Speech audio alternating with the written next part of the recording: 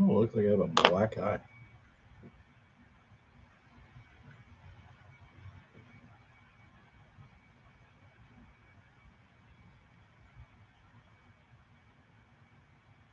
Hello, lurker. What is that?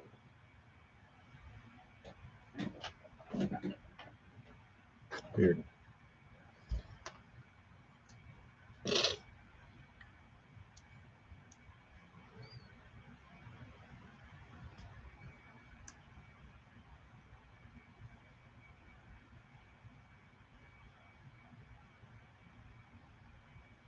Anybody home?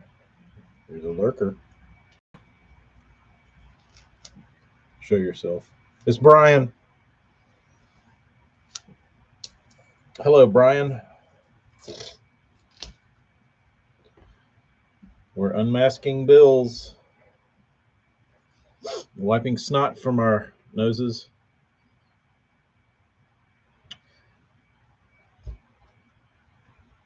Per usual. Johnny, hello. Glad I had good timing. You on the road? Crud, not really. Just the norm. Just the normal. Hello, AJ.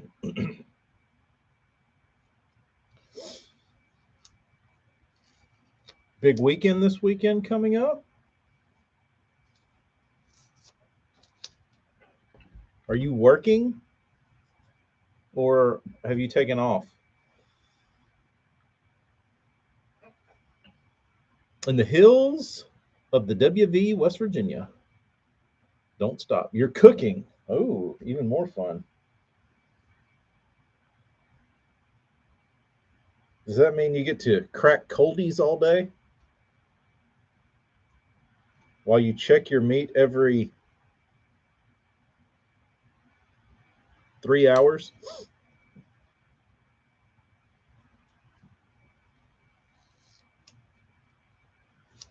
Hadn't whipped up any swimmers. Jeremy, I'm still trying to get these damn crankbaits out. But I will tell you, when these are received by people, they have a mega bass trait to them. And that is,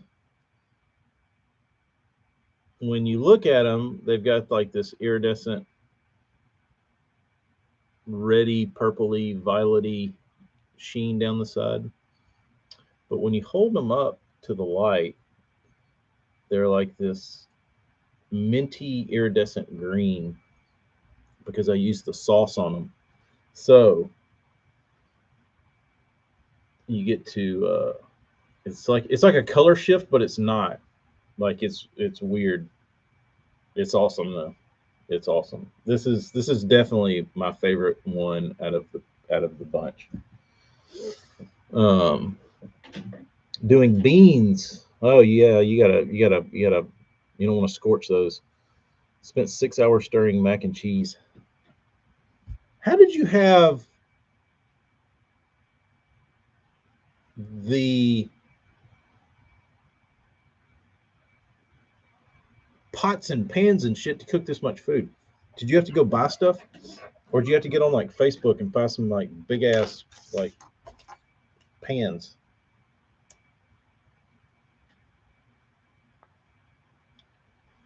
It's a lot of gills. A lot of gills.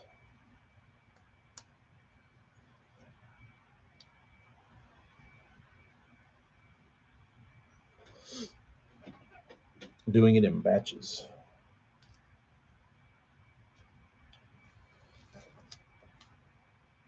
Yeah, I've never like I can cook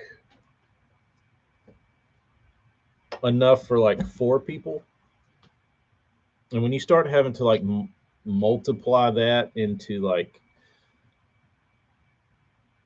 large volumes, that's when you have to know how to cook. Like you have to know ingredients and you have to know portions. And I cook like I paint. where I just throw some shit in a cup and stir it around, and what it is what it is.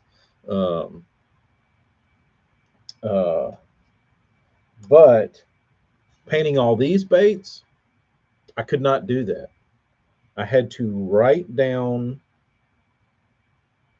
what I used, and I had, like, if I was mixing up the green for the back of this bait, when I mixed it, I put it in a cup and I mixed up like 16 grams of this, 9 grams of this, 2 grams of this, so I could multiply that for a larger scale and make as much as I needed. And cooking, man, that would be, I don't know if I could do that cooking where you're like, let me get 6 tablespoons of black pepper,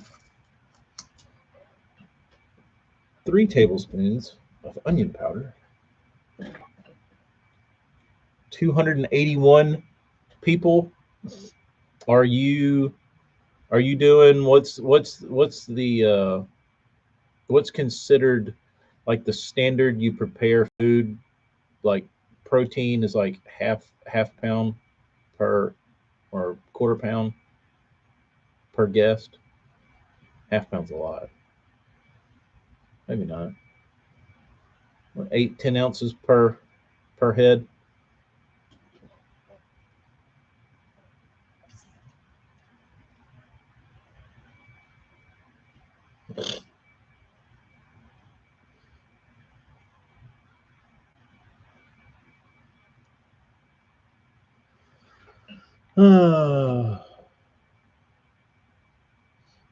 Can't stop while I'm staying for a house and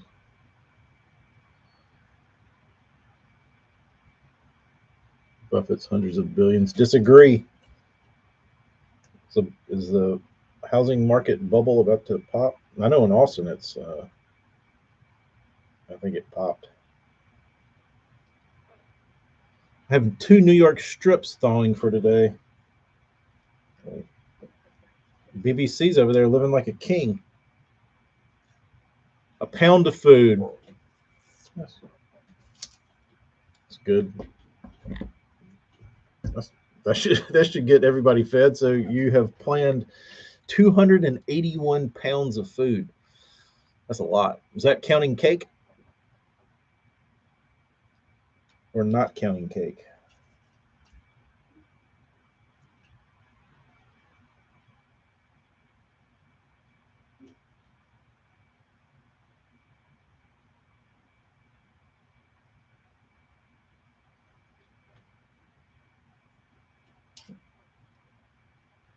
Just some Lucky Crafts, Bobby. Or late night snacks. Did you prepare late night snacks also?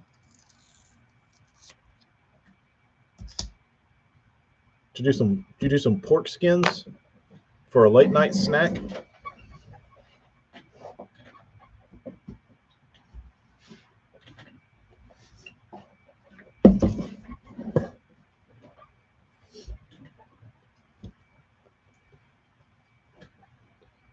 No, we are getting runza.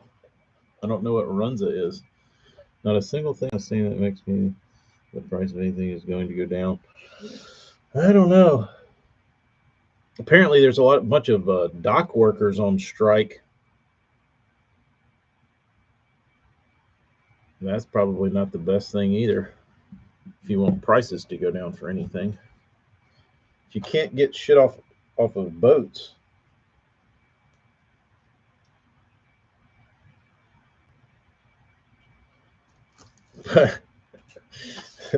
There was some video about it. Well, they said that there was some video about it on the local news down here about the the dock worker strike, and they were like, these dock workers are striking, and the lady was standing doing the like news thing in front of them, and there was like 12 of them.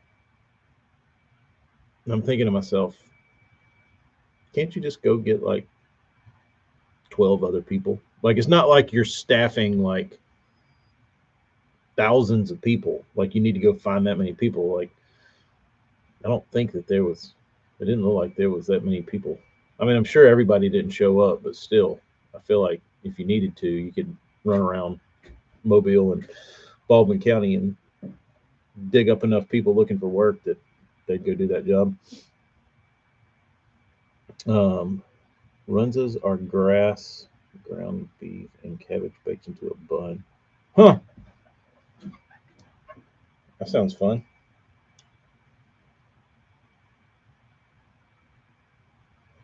AJ, I can tell you something that you might find interesting. Lucky Craft eyes are not the eyes that you and I use. They look the same, but the adhesive is the difference. Look identical.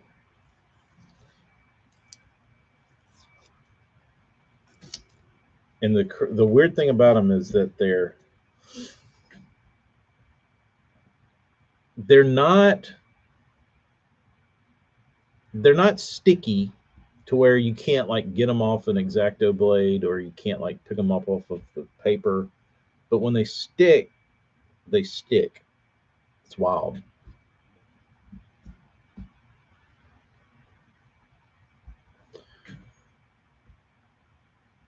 When they are closing ports, not letting nothing in or out.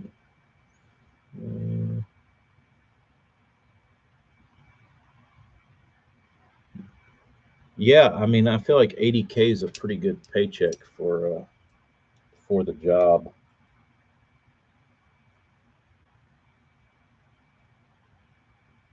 I mean, I kind of feel like I might go do that job for 80K if all those guys quit.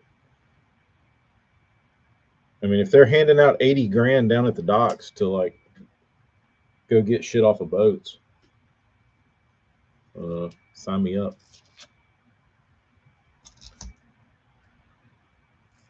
The back of their eyes, or do they put Elmer's glue down and then stick the eyes on?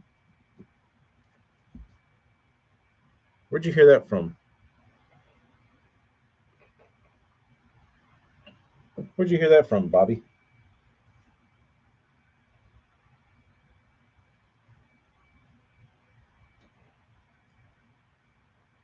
And they want zero automation. I guess they think that's insurance. Oh, I thought you were serious. I mean, it wouldn't surprise me. You hear about weird stuff like that where companies use stuff that you would never expect. But then you hear why, and you're like, hmm, interesting. Or you can like do so like, yeah, they use Elmer's glue because if you like hit it with a butane torch or something for a second, it like turns it into concrete. Uh,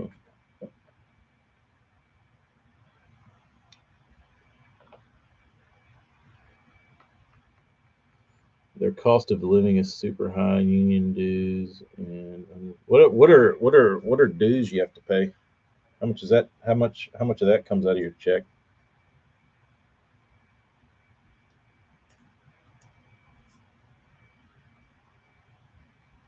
I mean, if those guys are making 80K down here, they're doing good.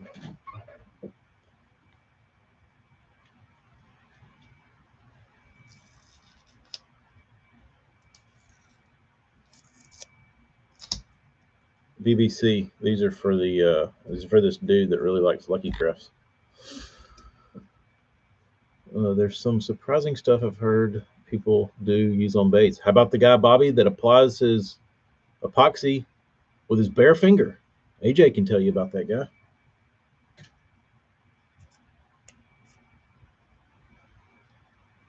I never got a fish eye in my life, and I apply my epoxy with my finger.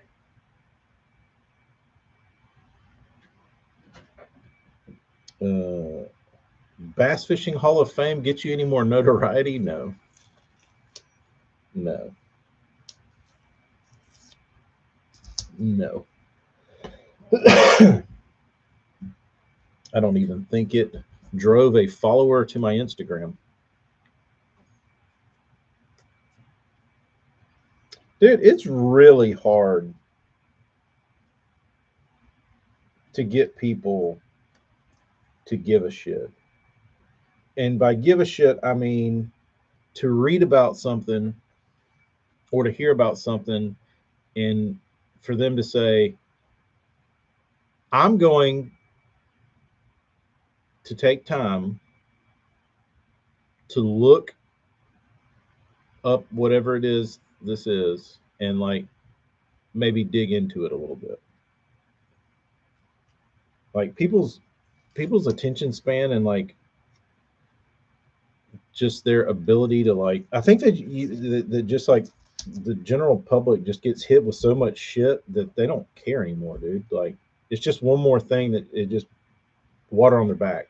You know what I mean? Holiday bait. You know, David, I've been thinking about that. I've been thinking about ideas, and I asked the bean on the way to school yesterday. I said, I need to do a theme debate for Halloween. What do you think? And she was like, do do Sally from do Sally from Nightmare Before Christmas. It's like it needs it needs to still be like fishy looking. So I could put patchwork all over the bait and it'd look kind of cool, but I said I still need it to be fishy looking. Um, but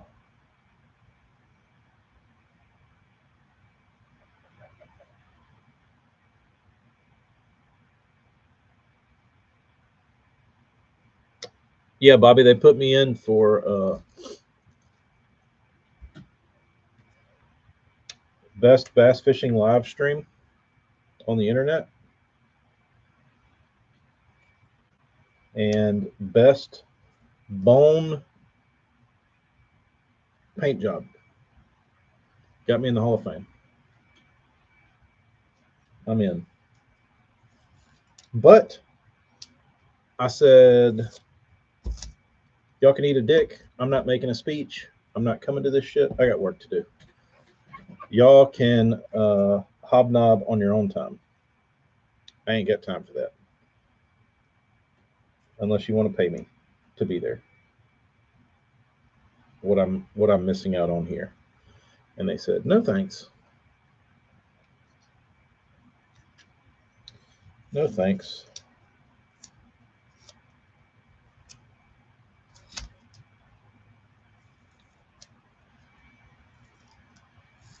Yeah, Zona got my time slot and Skeet, they split it.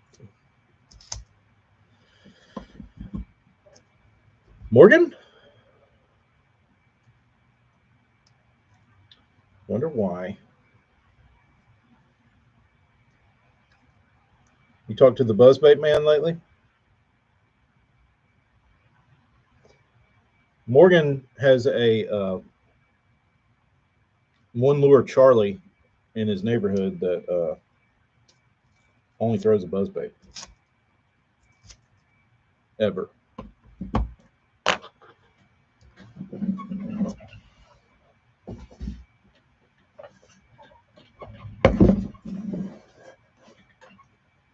He'll do a speech on. Yeah, my speech will be strictly for the campers.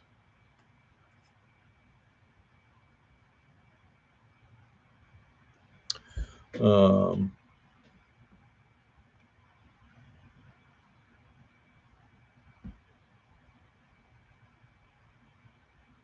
Let me go.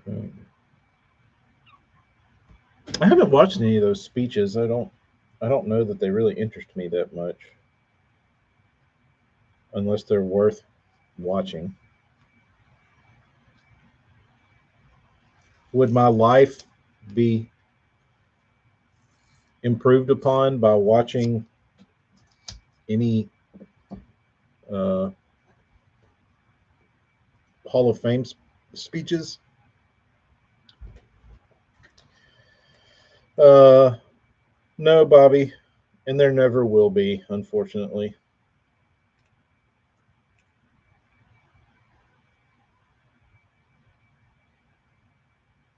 There never will be.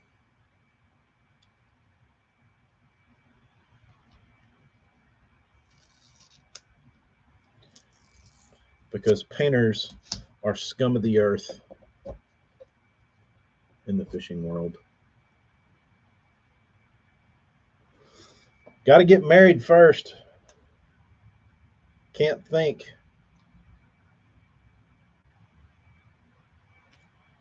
Can't think. Yeah, just enjoy your weekend, AJ. Enjoy your special moment. I'm trying to think if I have any advice for you that I wish somebody would have told me. Uh,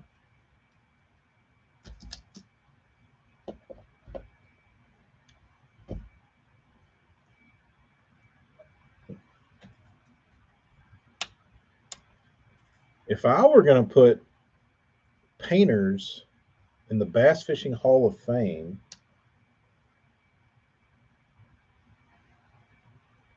um, the problem is I don't know.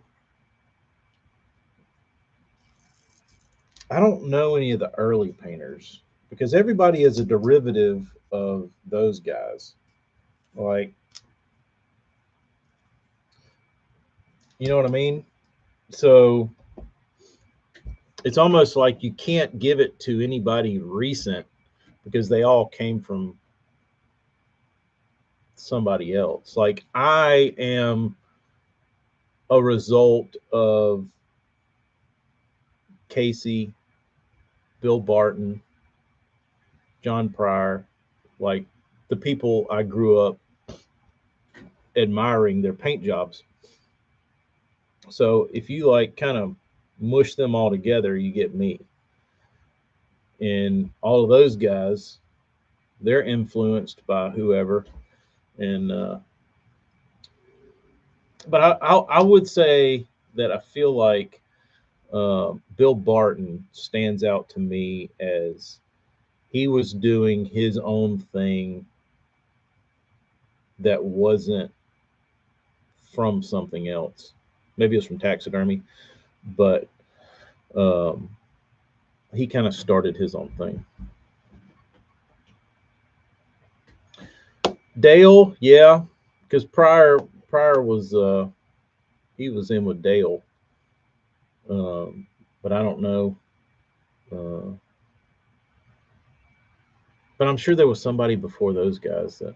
But I feel like that was the era of Bobby, like Tim Hughes, Dale Sellers. Those were the guys that started like really bumping up the paint jobs with the pearls and the flakes and the like, not so much just like regular old bullshit. Like they started to like take some of the stuff from the automotive world and move it into their paint.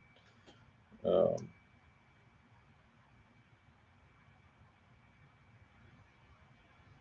but like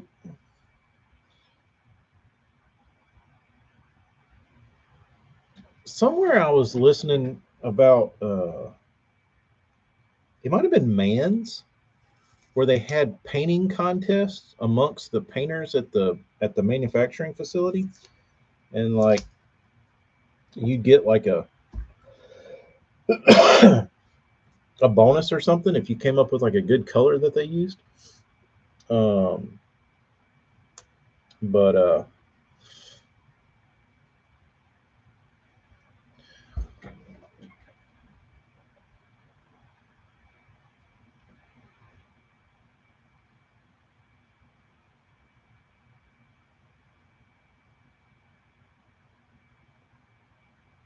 don't do it. Stay single. Stay single. I don't know. There's married life is great. Can be. Kids are great. Can't do that. I guess you could, but then you're not single anymore. I mean, I think it's just a time thing, man. You got to get all that shit out of your system. I think AJ's at the age now. He's done his time.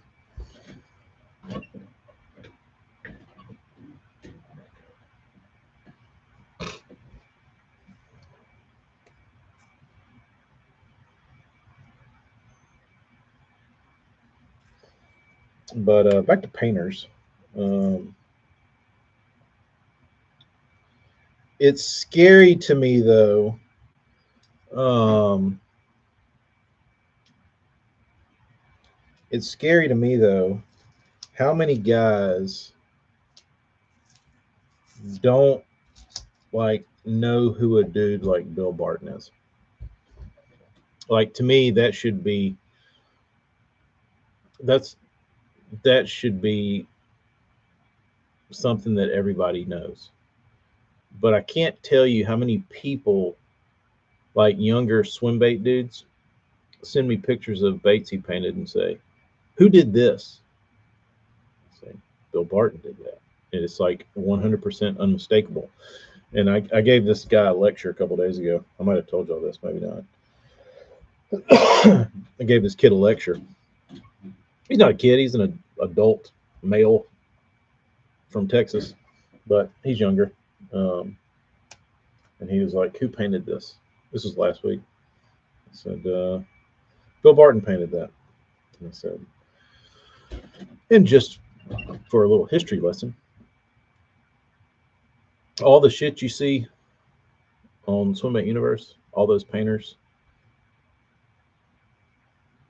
they're all trying to be Bill Barton. It's all derivative of him. So when you see some, dipshit like, "Oh, look what I did," he didn't do shit.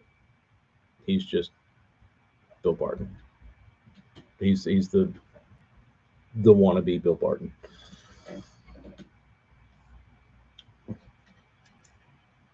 But you see guys post a paint job and everybody's like, "Oh, that's so dope, that's so dope." I'm like, and they like don't know who Bill Barton is. So, get out of here, dude. No, that's not. Let me tell you what was dope. When Bill Barton did that 15 years ago, I think he does. I mean, I keep seeing his baits pop up. I think he still paints some bullshit stuff. I hope he does. He's like me though. He just doesn't get on Universe and blow smoke up people's asses and show everybody how cool he is. Hey, look what I did. He just does Bill Barton stuff.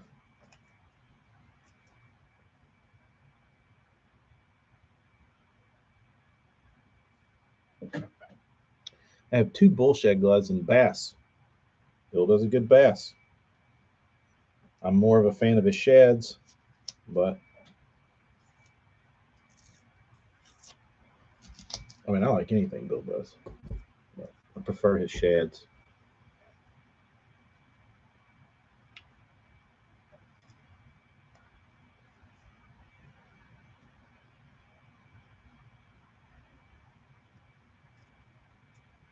Jen does some. She doesn't do all. They use a couple. Do they? I think Michael always used Bill because he likes Bill, and Bill does badass work. Um, but I mean, there's so many cool painters that we don't even know about, dude. Like, like who's that Guck dude, the Bassmaster dude? He posted a bait like a couple years ago that some dude local to him painted. That was a crawl that was like hand drawn, insanely awesome looking bait.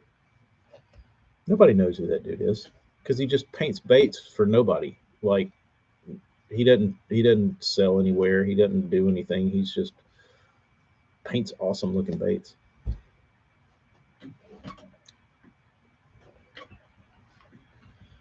Bill Barton is the reason all these people are putting cartoon scales on their baits.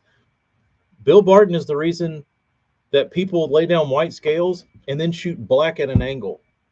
He started that. Like that's Bill Barton. That's what Bill Barton's thing is scale shadowing and like highlighting scales, tipping scales with an airbrush. That's Bill Barton's, to me, that's his claim to fame.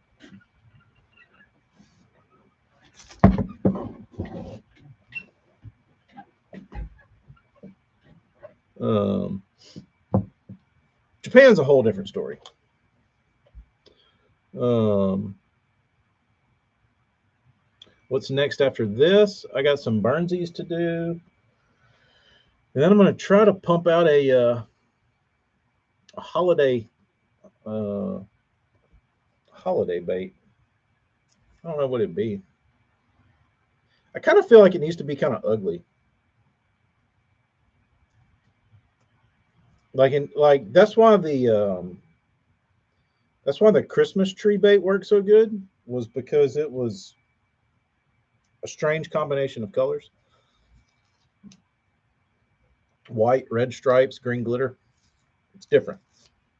So I think for like I could make some sort of Halloween looking bait and it would look like a pumpkin. But then at the end of the day, it's still like an orange and black back bait, which isn't really unique. So it needs to be something else. So I want to do something that's kind of ugly, not ugly, but like non-standard, to where you're just not getting a simple crawl with some Halloween stuff on it.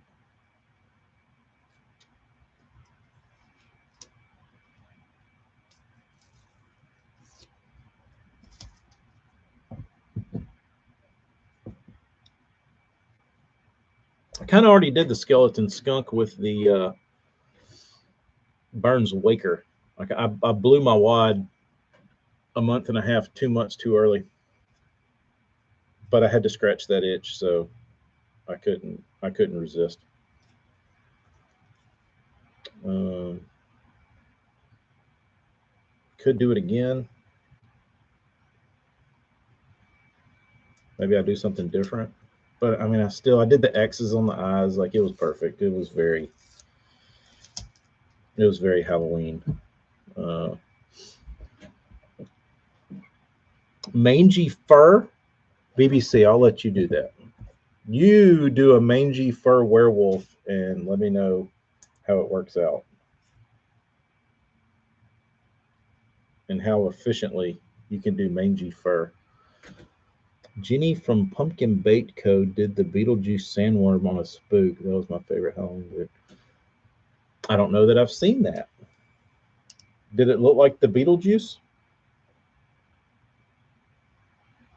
Did she do one or did she do like 50?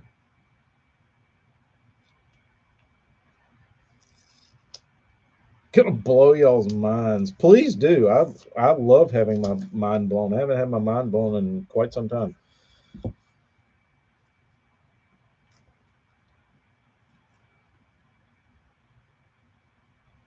Mind blown would be great.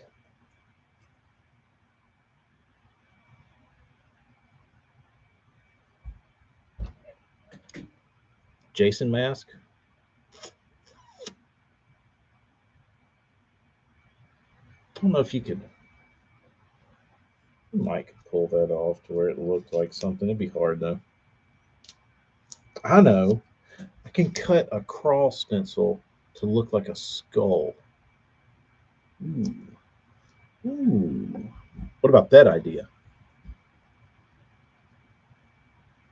And then like stack them down the side of the bait.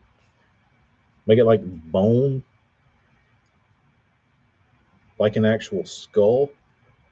Bone, skull. I think we're onto something.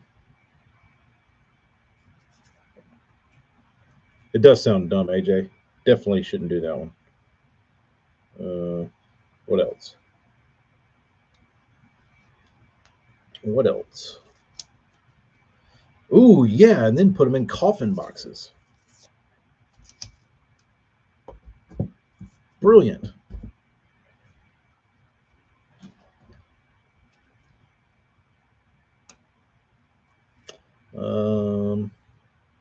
I don't know. Maybe I'll need to go to Spirit of Halloween to get some inspiration. I have to dress up for Halloween this year. And I thought it was going to be good. I thought it was going to be good because earlier in the year, the bean had other plans for her Halloween. But in the last month, her and Amy and her sister have decided that they want to be trolls. Well, guess what that means for dear old dad? I also get to be a troll. Branch, to be specific. If you have children and have watched the troll movies, I will, in fact, be Branch.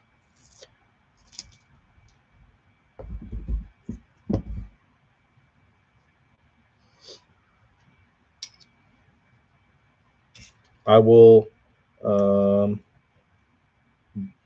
hide all of Amy's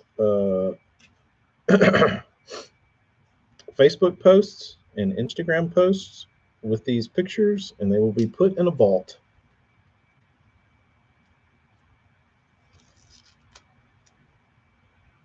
Scary Bald Kidnapper, BBC, you are retaliating for our last conversation.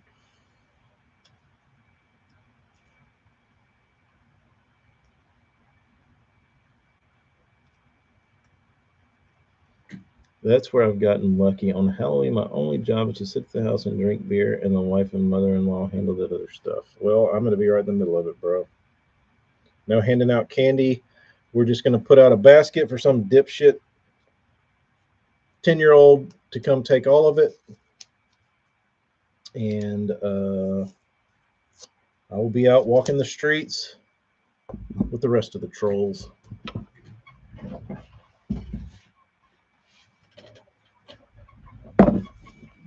Which I can't blame the little kids for hijacking the candy. We used to love it when we would find a take one please basket. Wait, take one. Sure, bro. Sure. You go back and look at the basket, and all that's left is Tootsie Rolls.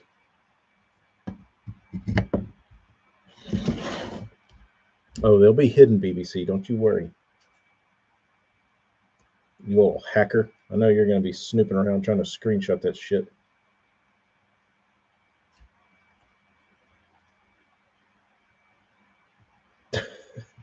Take the whole basket. Thanks for the basket, losers. Yeah, we never took any baskets. And I never cleaned out any. I was never the type that would clean out the entire basket like some douche dick kids I've seen. Um, I might pick out a few extra things that are delicious. But trying to think last year what we were. I don't remember. Maybe I didn't dress up last year. Maybe I did. Who knows? Um, they're gonna be trolls. Everybody's gonna be a troll.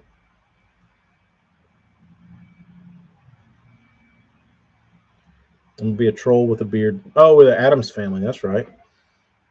Good memory. Adams family. That's correct.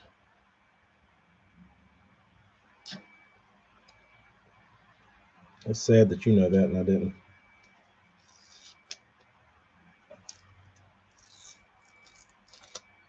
So we'll see how it goes.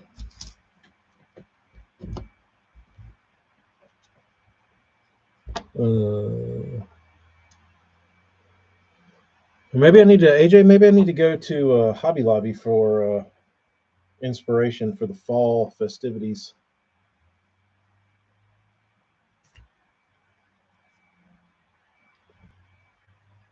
Oh yeah, she did post that picture recently of the bean with thing on her head.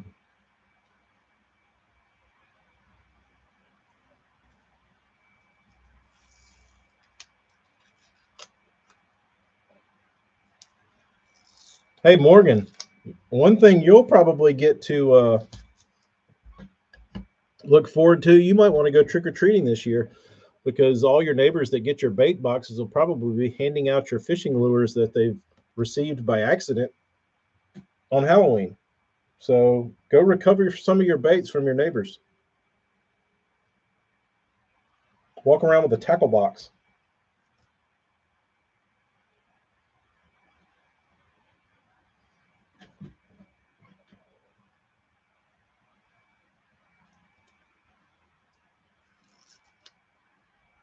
Found them at Michael's. There you go. Were they 50% off because it was Halloween day?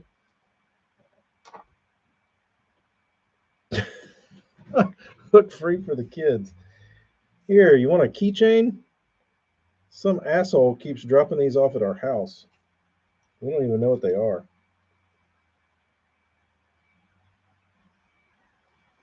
75% off.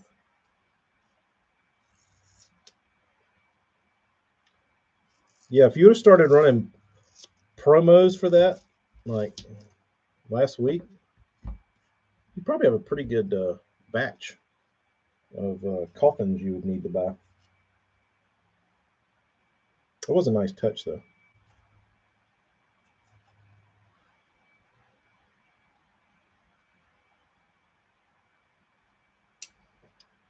When is there going to be an adult trick or treating and everybody hands out a shot sized bottles of booze? That would get expensive. I guess you'd need a head count. I'm sure that sounds, Jeremy, that sounds like something that I would bet exists in Austin, Texas. I would I would certainly bet that there is a neighborhood in Austin that does adult trick or treating and they give out booze.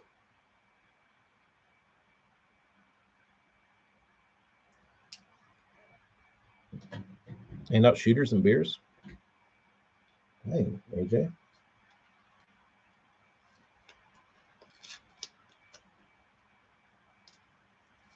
I went looking for a cauldron just for the picture. AJ, you were really going hard. You were devoted to those baits. And I admire that. You were going all in. You had to make it right. You knew what made it right, and you had to make it right.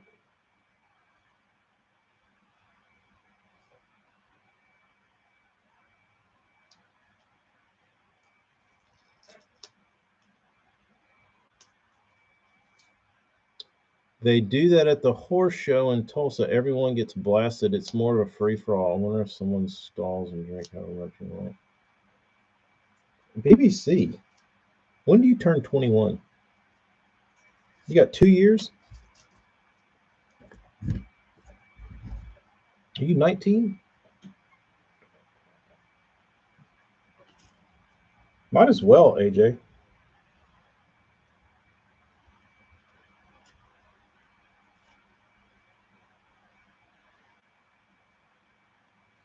I gotta get my Columbus. I gotta get my Columbus Day themed bait. I don't drink. Let's put that out there. Well, of course you don't drink BBC because you're not of age, bro. You're not of legal drinking age. People that aren't legal drinking age don't drink, right? Amy never messaged me back if I have to go pick up the kids today or not. Let's see. Hmm. Let me. Let me. Can't you like ping a message?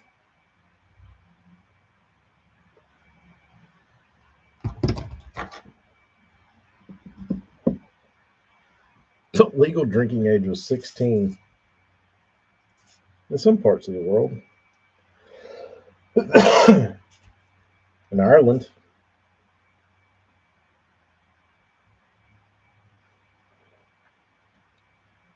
Dustin, what'd I do, bro?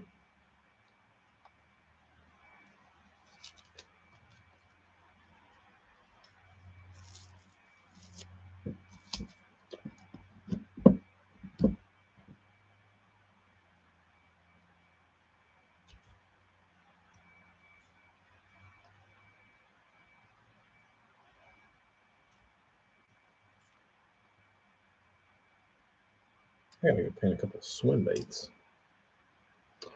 Caught a swamp dragon at St. Clair.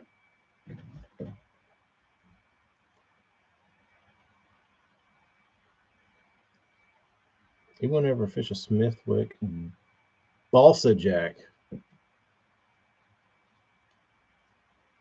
Bobby, I don't know that I've ever had one of those even cross my paint table. Honestly, I'd like to know how many of those were produced.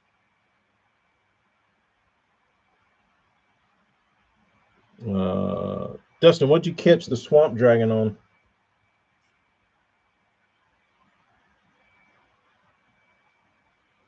What did the swamp dragon eat? And was it shallow or deep? I never, yeah, I didn't know those really existed.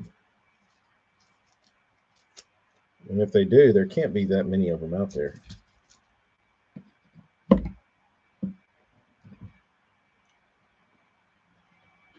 One smallmouth in 2 days had to punch grass with a beaver. I guess that's where the dragon came from.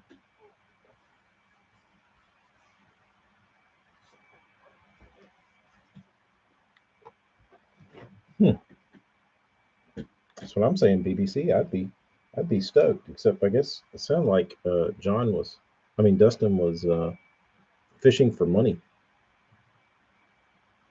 He was fishing competitively, so you don't want the dragons on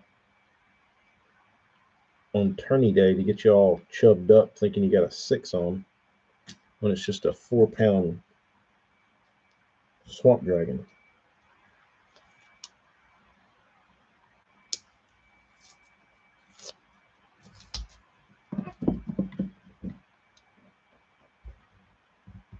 Always expensive and just don't look very special. They're probably not. They're probably not, but could be.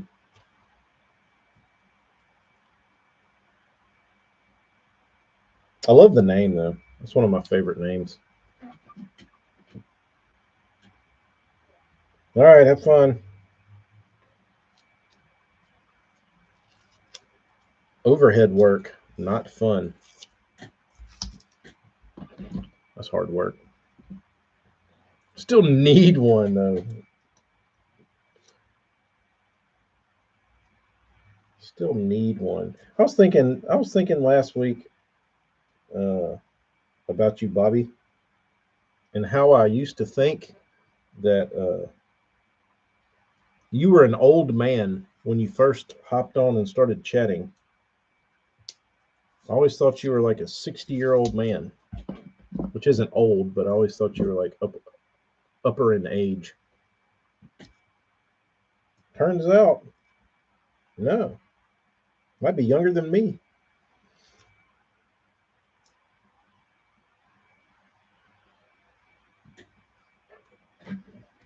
We did that for the 15 pound fight out of a brush pile on the derby the other day. It was cool for about 5 seconds until it wasn't fighting right. Not good. It's typically drum. Still here, Theo. Still kicking. Because of my wisdom. Could be.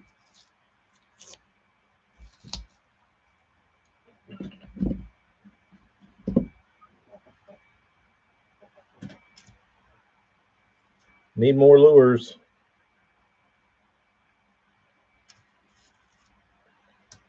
I need to have a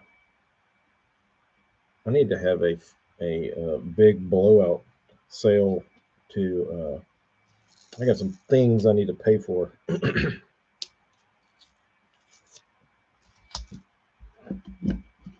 have to reach into the stash over there.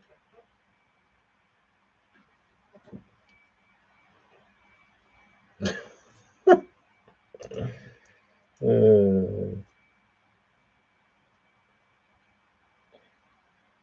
got a set of roids, Burns. I can get rid of those. Those go and come. Balsa will never die. Tail walk like a tarpon. Ooh. So you got double chubbed up, only to get let down.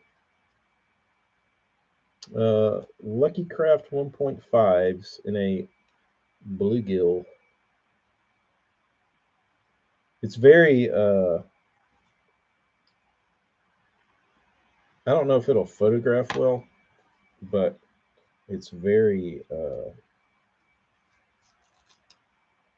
mega bassy how the colors work. Because from here you can see the like iridescence, but if you hold it up in the light, it's got this you can't, I don't know how I would even show that. It turns green.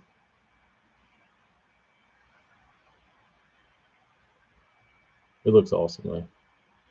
It's like a trick on your mind. Some David Blaine shit.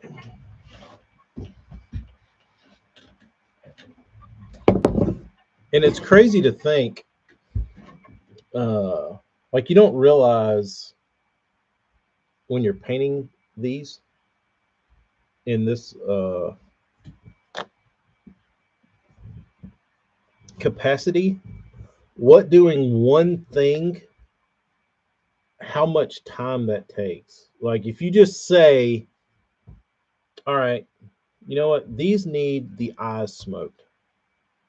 I'm just gonna go smoke all the eyes. Or if you do one, you're like, that looks pretty good. Well, now I have to do all the other ones. Then you have to smoke 300 eyes.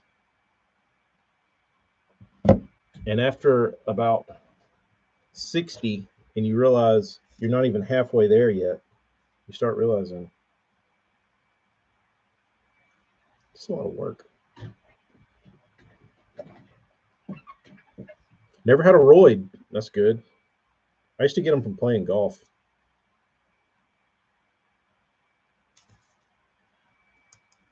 Quit playing golf, so I'm good.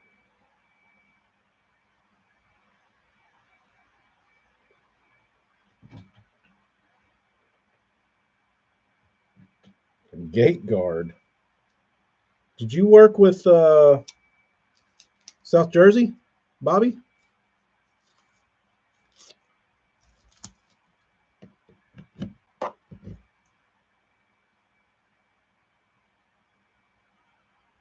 Hemorrhoids are something everyone gets. They can, yeah. I mean, certainly possible. BBC. Well, did you think they're only for a certain few blessed people?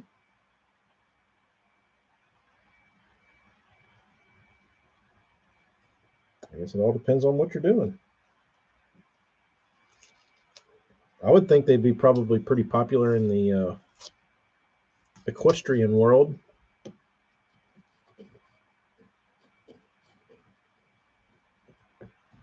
BBC, how close are you to that biologics plant that exploded? Is that near you? Have you been huffing all that shit up?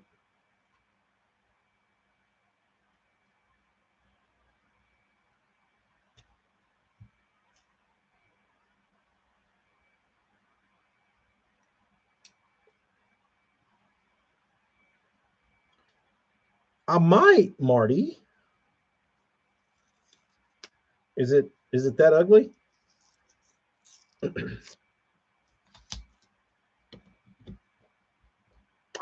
I mean, certain ugly I like.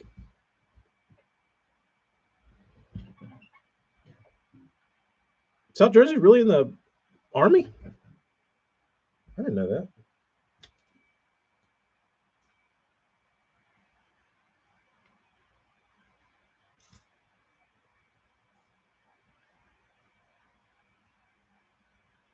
He sent me a message not too long ago. Still kicking.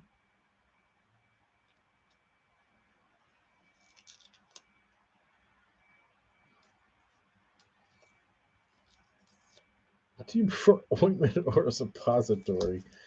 Topical ointment. Martios. That's a good name.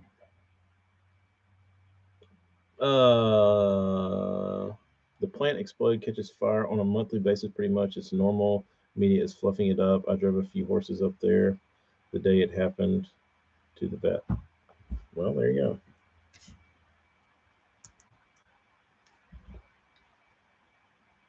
BBC said we smoke that shit all the time. Nothing to be alarmed about. They're always blowing up.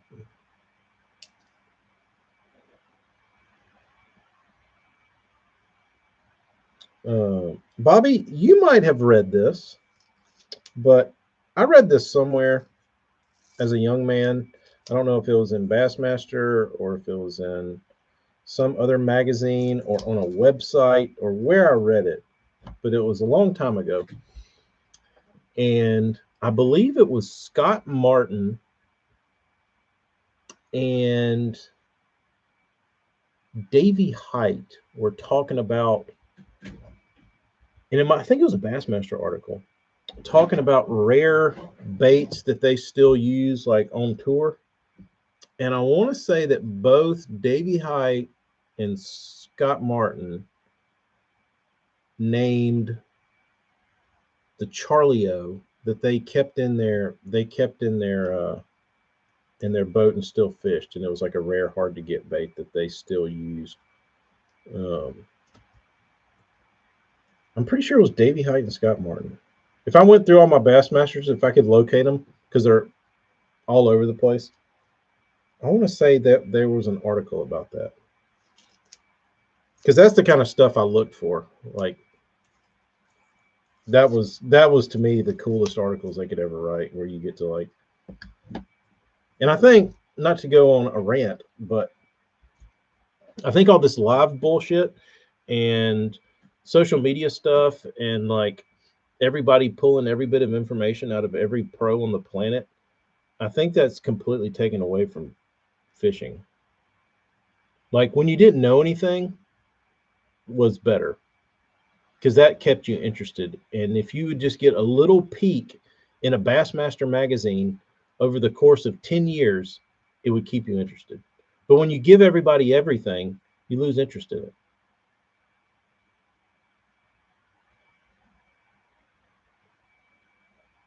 Um, you know what I mean? Like if you know everything that's in everybody's boat and what they're throwing at all times, like eventually everybody just realizes these guys are just throwing the same shit I am. But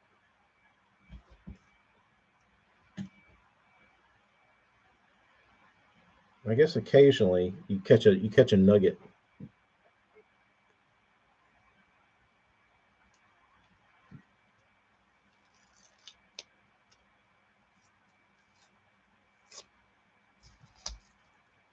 You catch a nugget. I wonder if he'd get on a chat. I always forget about him. He'd probably get on a chat. Hey, bro, you gonna get on it? Like, you gonna get on a Thursday night chat with me for like 4 hours and talk about wood? Talk about your wood? Talk about cranking. Talk about cranking your hog.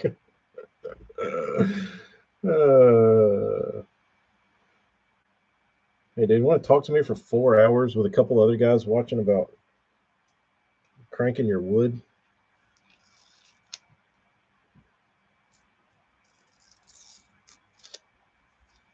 I don't know how you feel about talking to another man via live stream about cranking your wood, but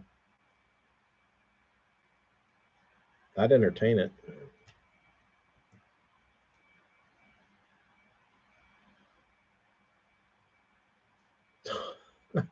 Hardcore hogging. Alton, how you like to crank that thing? You a rapid fire kind of guy? You like to full auto or I got a group of guys that would be interested.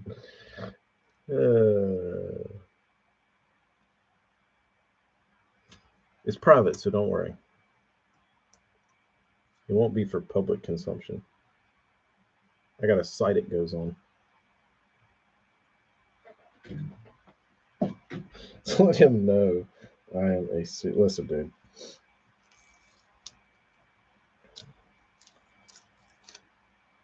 We're cut from the same cloth.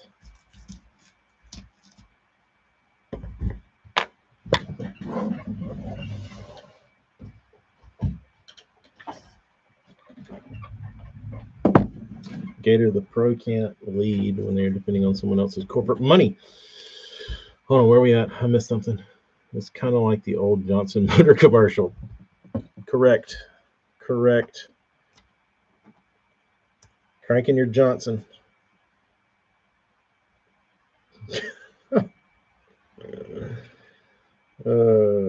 Alton. When's the last time you cranked your hog? And I mean really cranked it.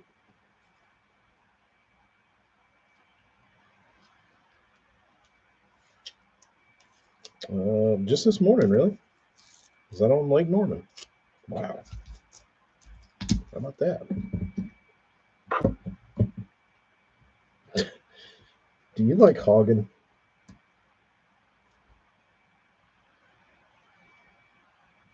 Todd, we got a new bait coming out. I'm going to need you to do some promotional work for it. It's just going to be called the Hog. And I'm going to need you to crank this hog real good. Real deep like.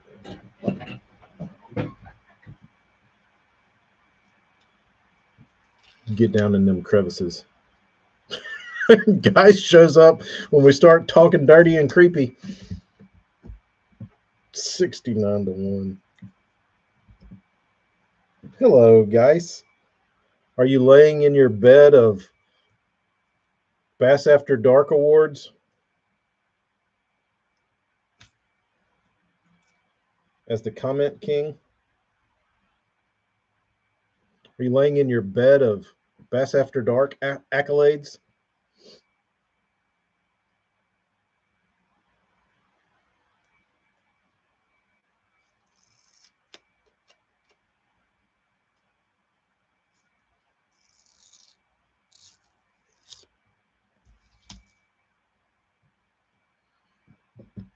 His hog was tingling. He did.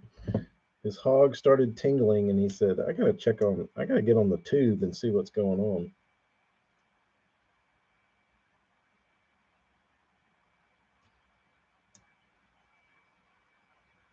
The box of cranks sold for $900 US dollars, I believe. Oh, that's a lovely way to spend your lunch, Anthony.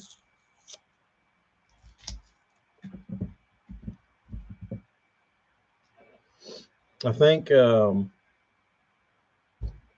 dude that won got them all. I think the balsa box went for 900. I think the Pryor box went for 400, and the Wake Junior went for 400. You think we're going to see 12-1 reels? I would think so if the gears will fit. I mean, I think that's the only thing that would be stopping it.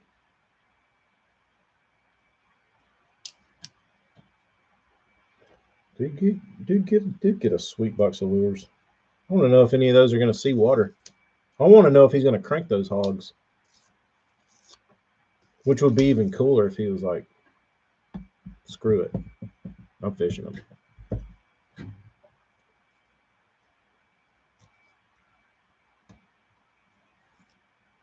You know what's better than a blown out diaper, Anthony? Blown out underwear.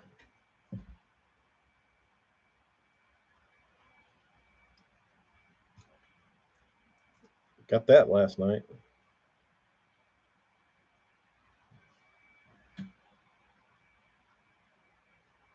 Got me a pair of those last night. Not mine personally, but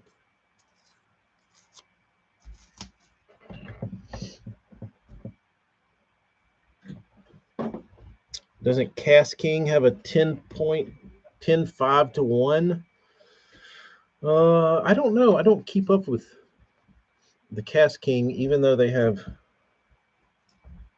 double K's in their name. You'd think I might pay a little more attention, but no, I don't know. Does anybody know anybody with old Powell rods? Just going to throw this out there for a minute. Does anybody know where any old stock Powell rods are sitting? Or anybody that fishes that maybe wants to upgrade their rods and get rid of their old Powells? I have a couple I'm in search for. Probably should make a post about it.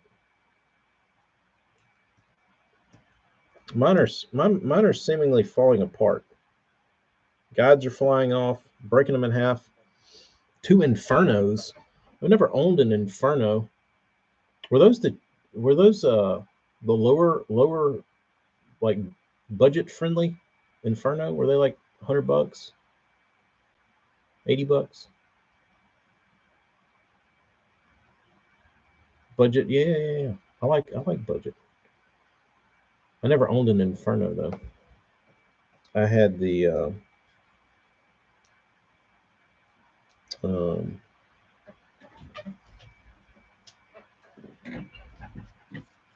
the purple one, whatever that one was.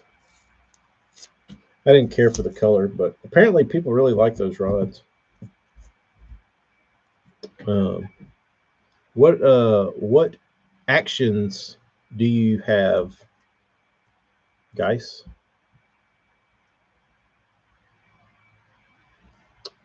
Diesel's my favorite. You have a bunch of diesels laying around? Please say yes. Please say, yeah, dude, I've got 6 723s that I'm never going to do anything with.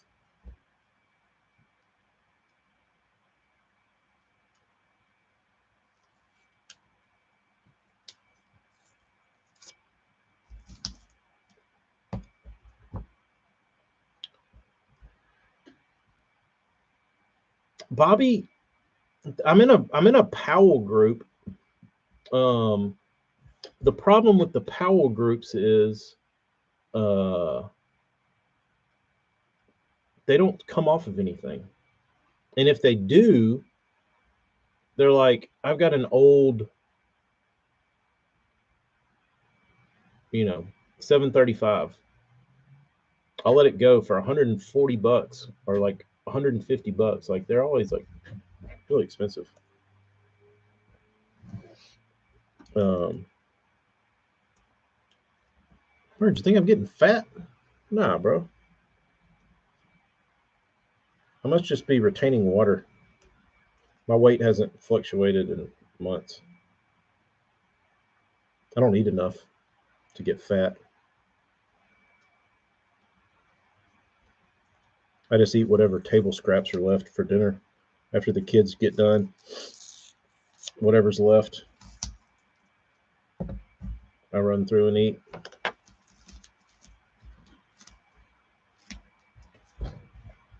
Do it in the cranking pages. That's probably good. The shirt makes me look chubby. I need to go back to my t-shirted ways.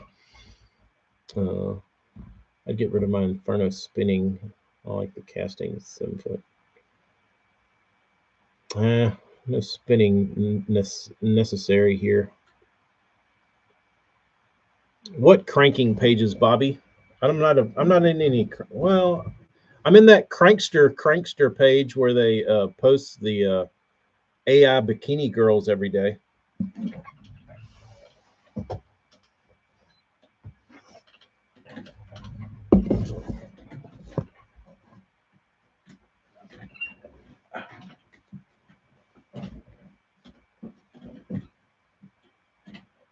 BBC spicing up the deal. So I come get a blower. I drive 12 hours for a blower, and I can leave with some beef.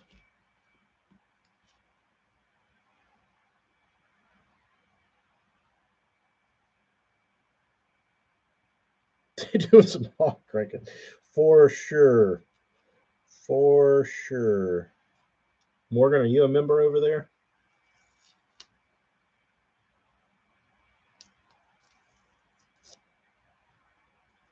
That is some serious hogging.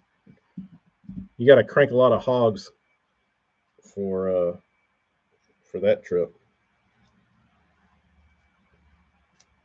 Burner account. Oh, if you're on a burner account, then you might be a contributor then.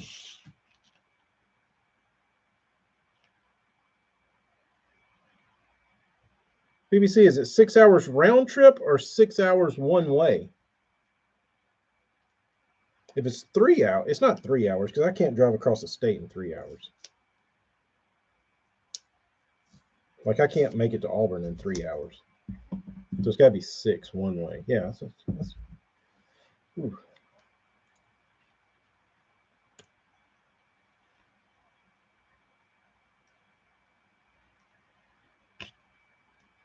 I think BBC just wants to take me to his dungeon.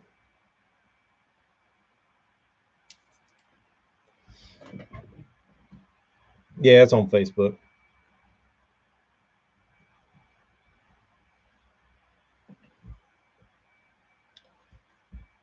Yeah, we saw some guys down here stocking up on their toilet paper.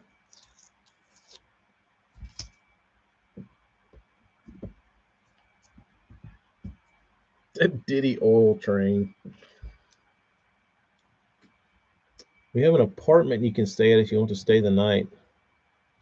You want to learn how to really paint. Oh, so now I see the trade. Take a backpack blower, have some beef. Let me shackle your legs and you paint. BBC will say, hey man, here's your backpack blower. Here's some steaks. Oh, you dropped one. Clink, clink. And I look down. Got fucking leg shackles on. The BBC's guiding me to the paint room. Now, paint me a bait.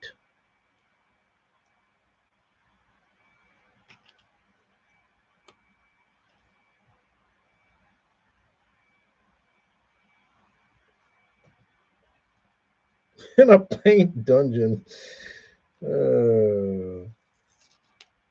Blasting Megadeth to where nobody can hear my cry for help. BBC, can we maybe listen to a little Turnpike? No.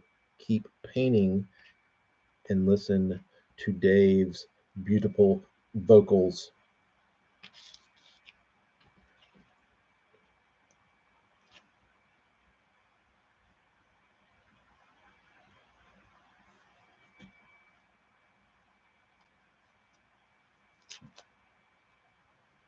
Who is this Diddy guy? Puff Daddy, previously known as rapper, producer, just famous guy. Not all that significant to like everyday people, but I mean, I guess he's pretty famous. I know one thing, he's in a world of shit.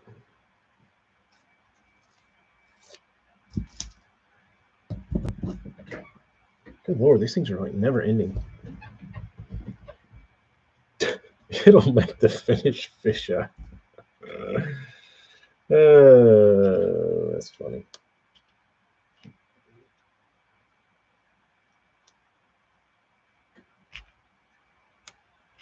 6 hours. Overnight trip.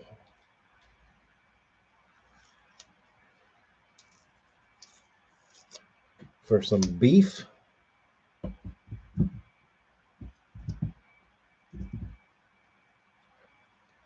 Backpack blower with 9,000 hours on it. And a few painting lessons.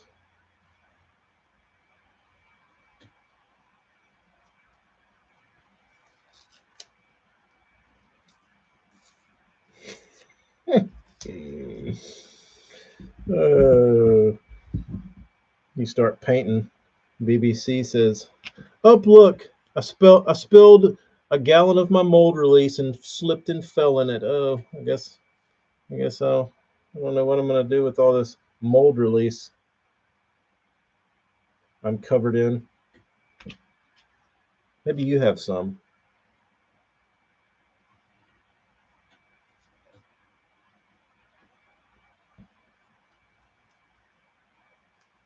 Lube the gears. Keep it 1,000 to 1. You got it, guys. Have a good one with the baby. Hello, Stearman. You had to come out. Do you have something you would like to add to this BBC dialogue?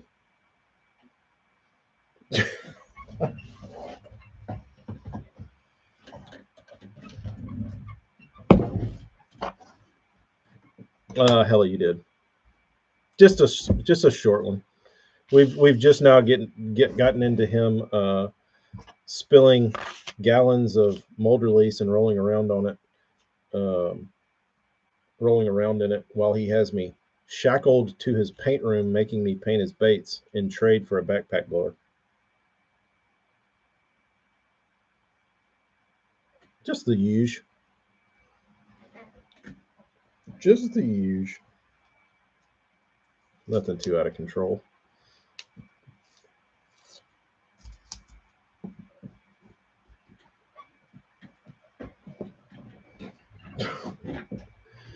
Just nothing to see here. I believe it's heading for an electric 150 size. It is heading for an electric 150 size reel, small battery backpack, and it is ready.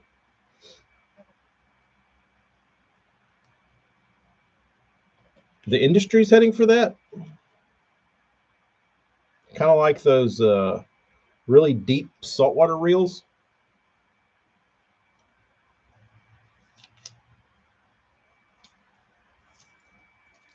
Oh, you could digitally change the speed.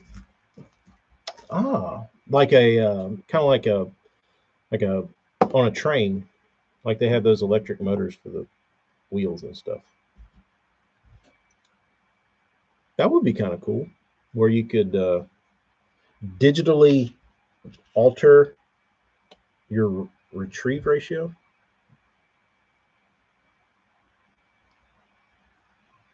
I mean, I guess that would evolve into just the reel automatically knowing and deciding what it is that you're doing and how much torque you're putting on the reel. And I guess the retrieve speed would stay at a constant, but then it would auto tune to when you were like reeling a fish, maybe. This is the final one. It's funny, Travis, because it's very megabassish, because it's like it's like the kind of like the northern effect where it changes. So it's not a color shift paint, but like you can't really see it. You can see it in person though. But it's got like this sheen to it. But if you hold it up to the light, it's got like this mint green look to it, and it goes real green. But then you like get it out of the light, and it just looks clear, and it's cool. It's a cool color. I would almost predict this is probably going to be. This one might sell out first. I don't know. I'm bad at this. You would think I would be good, but I would think that this one would be This one may end up being the most popular. And here's the funny thing about it. It's the smallest volume.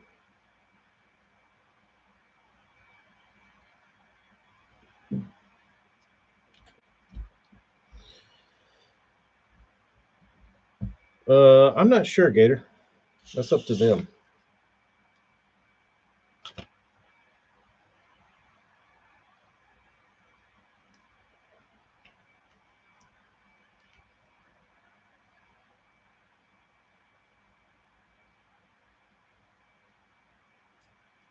This is it. I got to do. I got to clear coat these. I might come back up here tonight and clear coat these, and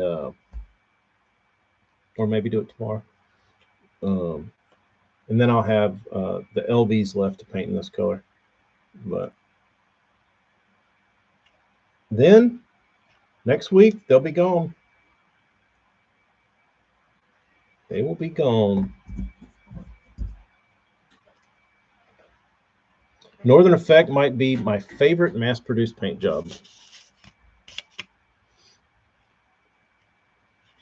It's pretty cool. It's pretty good.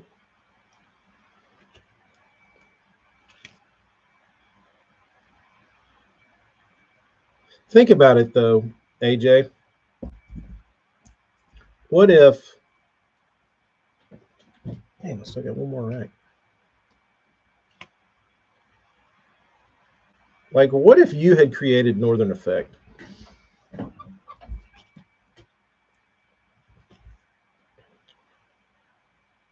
And you were like, this is so badass.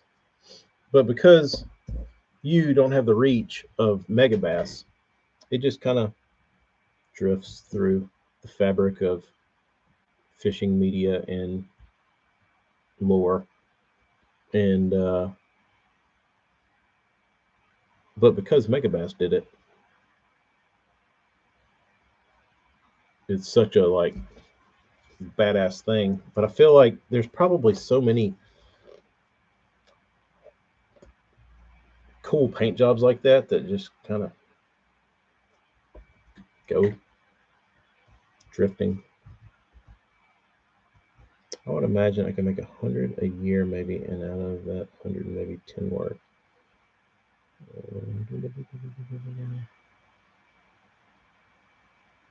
What did they retail for?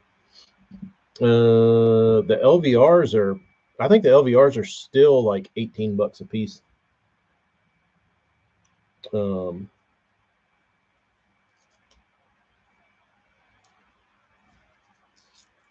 Mega Bass was douche. They could be. I don't know.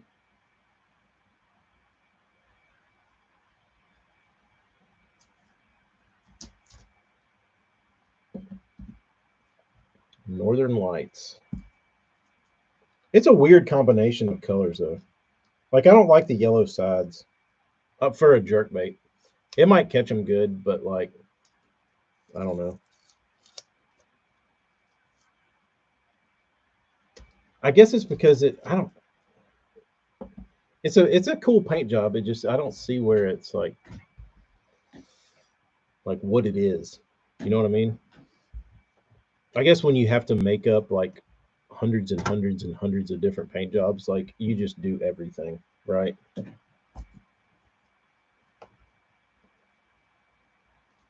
Like there doesn't have to be a reason behind it. It's like, oh, well, we don't have a transparent yellow bait. Let's do one of those.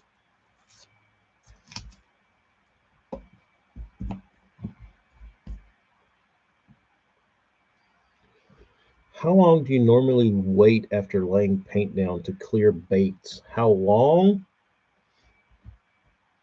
I mean, I've clear coated them on plastic baits. I've clear coated them. I've painted them, walked in here and put eyes and signed them, and then went and clear coated them. Um, they tend to probably sit overnight usually, unless I'm in a hurry. Um,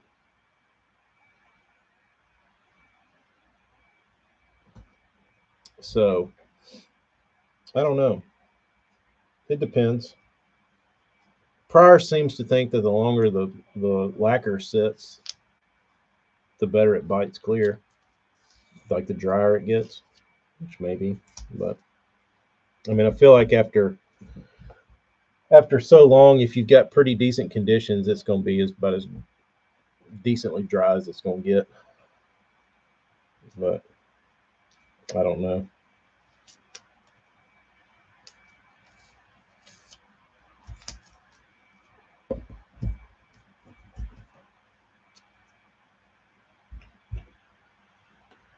But I've never, um, like I said, I've clear coated baits after I walked out there, painted them, brought them in here, put eyes on them, and never got any kind of like solvent pop or bullshit like that. So I mean, lacquer flashes off so fast. I mean, there's really not much left.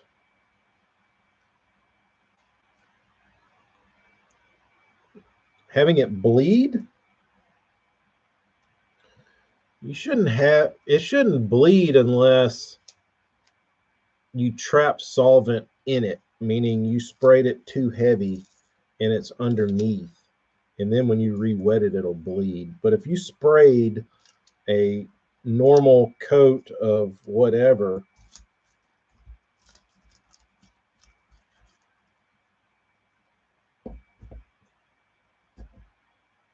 it's not going to bleed. But if you trap solvent in there, I mean, it might stay in there for a month because it's trapped. So it's going to bleed regardless.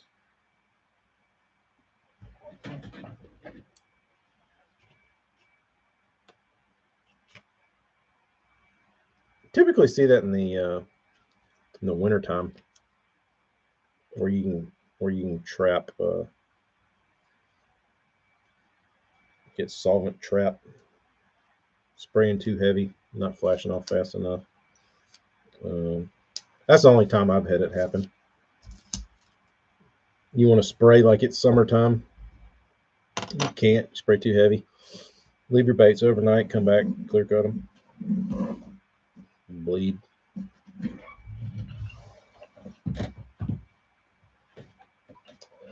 The only thing I've had bleed before, and I don't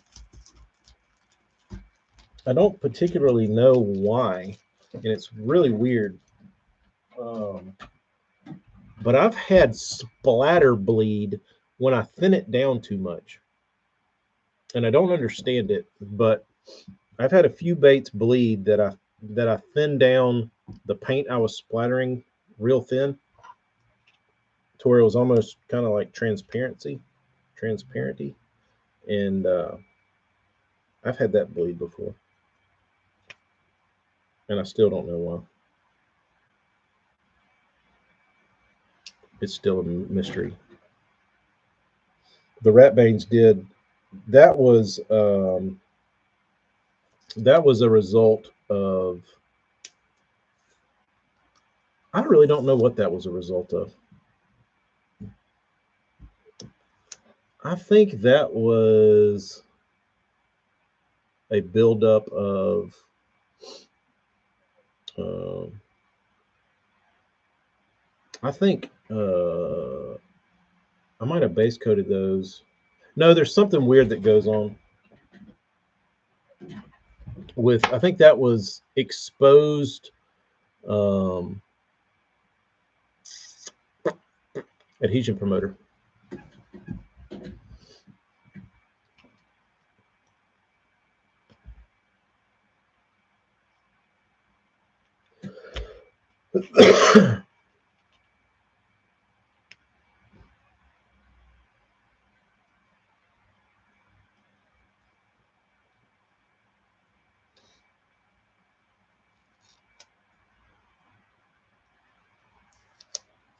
One spot on each side of it on the same area, though, like the paint separated. BBC, you need to quit looking so close, dude. I'm gonna have to fog your baits out.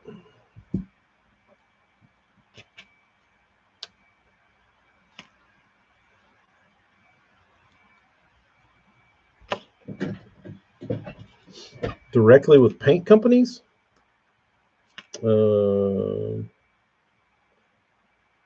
I've talked. I have the phone number, and I've talked directly to the owner of a paint manufacturer.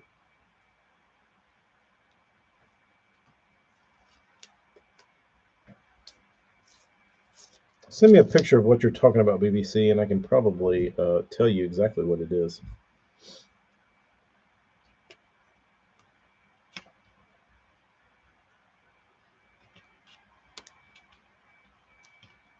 BBC is a jinx. And I don't know how he finds this shit because I specifically go through. I'm like, let me find one. Let me find one of these fuckers that BBC can't find something that he can put his little snot nose pinky on. And yet he still messages that he found where the paint separated.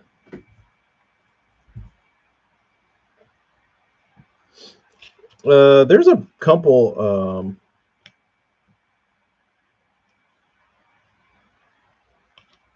BBC, it's actually quite the opposite. You usually get the ones that are in the picture.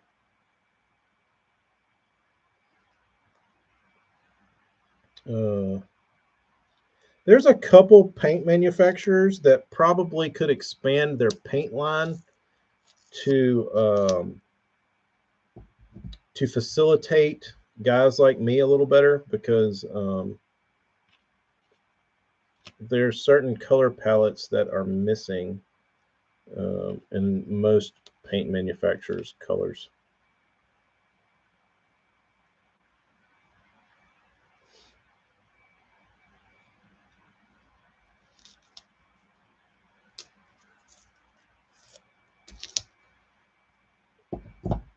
BBC, there's flaws with all of them. I'm not a robot, bro. Nowhere do I say I make flawless paint jobs. That's actually the farthest from me. Can make them look badass. Flawless. That's why these were hard because I'm not a repeat perfectly every time kind of painter.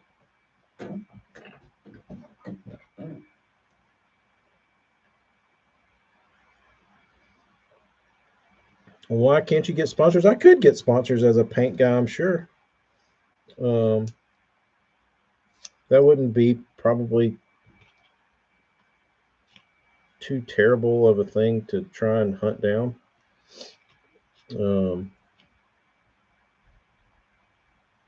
Especially stuff I like.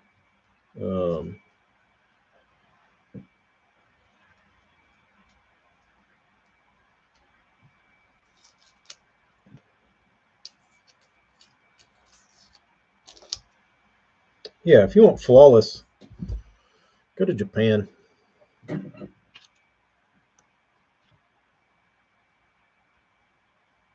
I can't do flawless as much as I'd like to be able to. And you know what's crazy?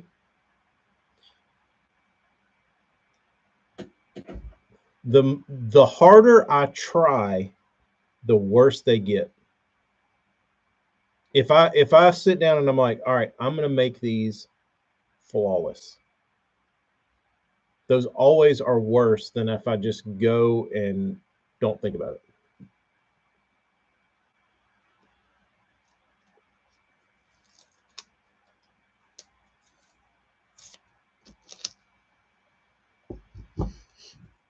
Mickey's good at that. Mickey is good at replication perfectly every time.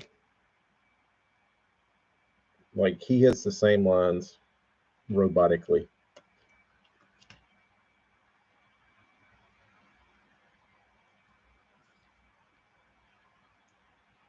That's the difference, Burns. Is if you're getting a bait, you're getting one of six.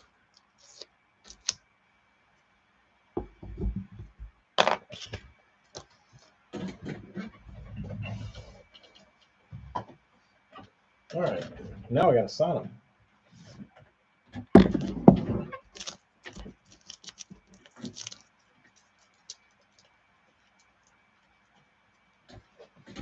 Gator, I do what I can. BBC's just being a little dick. He likes going over this shit with a damn magnifying glass.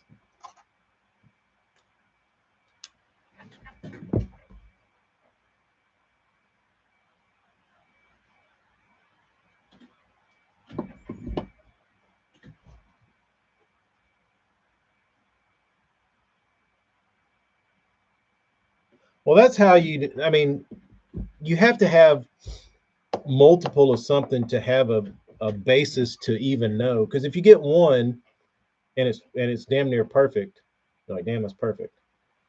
But if you acquired like a lot, you get to see kind of the test pool.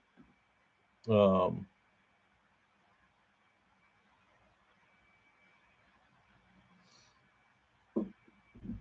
because I'm sure out of Mickey's runs of baits that there's stuff that he notices that's microscopic that only Brendan would pick out, or me, or Pryor, or anybody that looks that closely.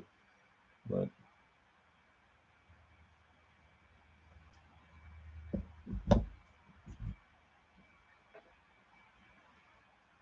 there's always the tester no one sees in the run. Yeah, it's usually the first one, and it's always a little different. Always a little different.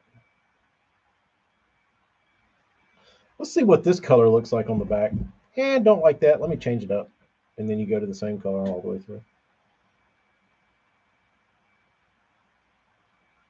There is a tester. And I started thinking, AJ, um,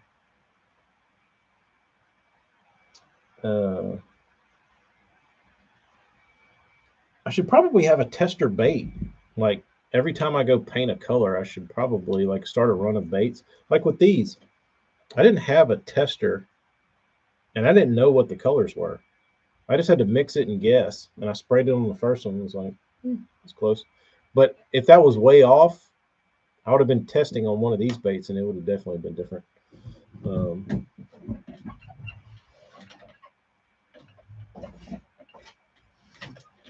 nope, Burns doesn't send a tester. Hello, Tim Maynard.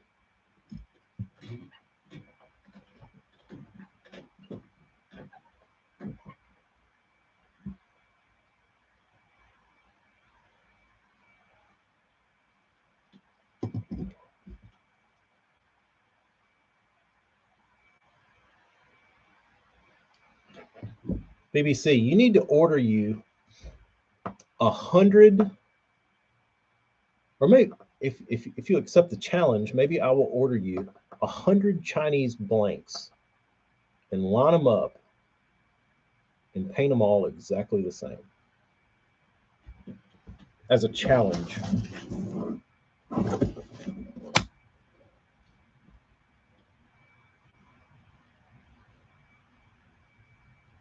It's not fun.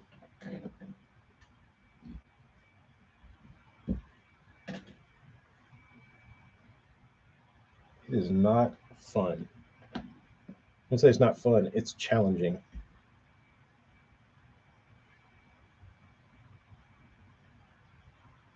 The challenging part is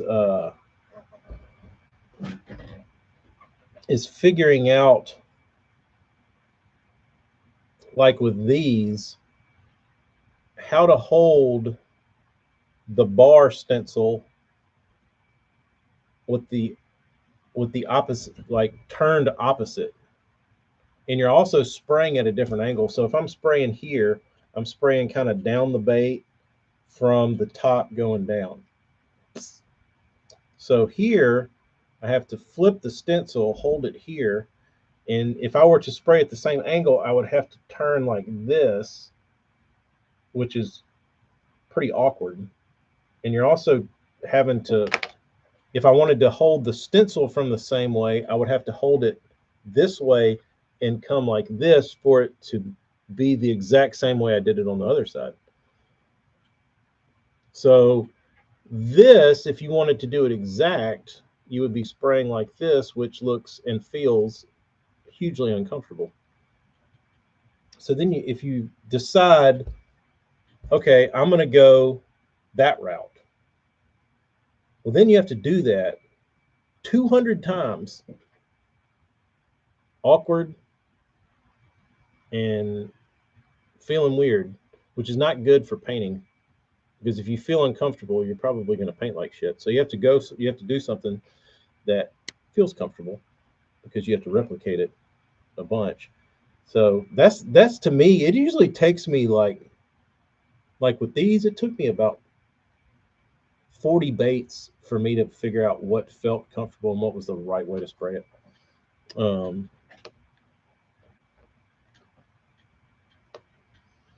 Hella, that'll be exciting. Um,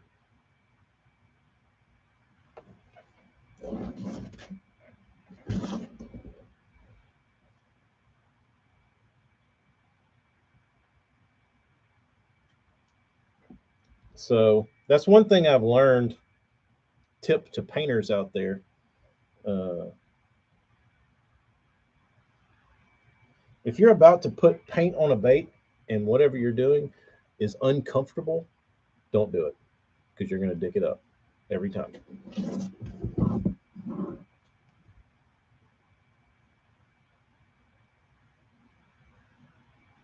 Like if you're holding your airbrush and you're like, this thing kind of feels like this grip feels kind of weird. My arm's kind of in a weird position. Don't do it. Don't do it because you're uncomfortable. You're going to try to rush yourself and you're going to screw up.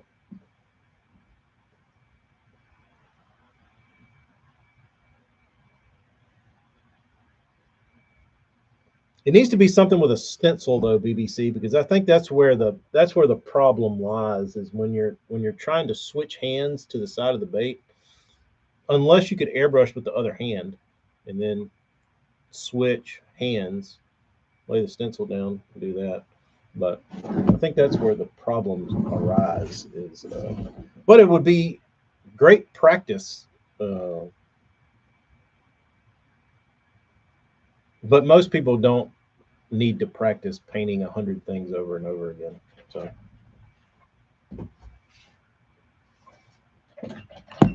it sounds pretty dumb, like when you think about it. Like, yeah, you just got to paint one thing the same a bunch.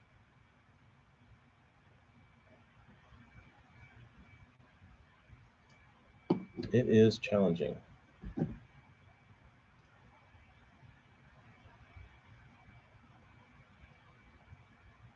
And your eyes like start getting like playing tricks on you. Like when you think your stuff's lined up and you're like, yeah, this is good. And you spray it after you get through like 60, 70 of them. Like you're almost to the end, but you're not quite there. And then you look and you're like, what was I looking at?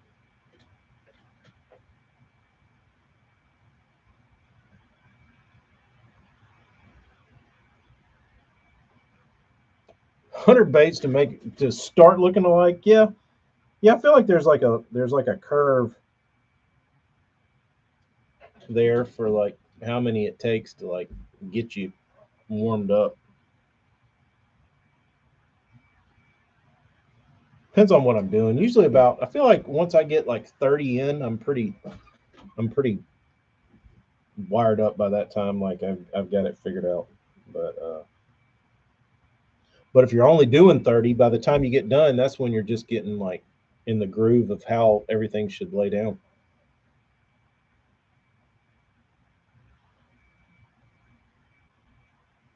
You know what I mean? Hey, Stearman, I had a guy that you might know reach out to me. Um,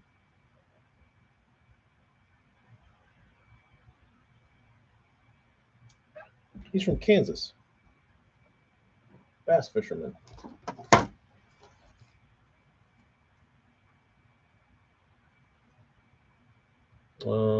What's his name? Hold on. I don't know if I should say his name on here.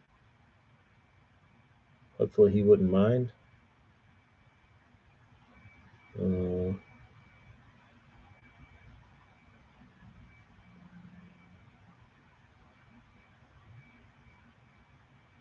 But apparently he was pretty popular regionally.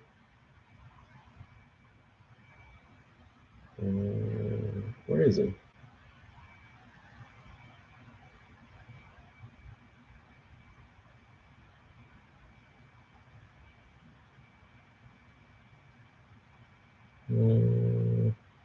Anyway, I'll find him and send him to you. Jason Baird? Could be. Let me look. Let me search that name.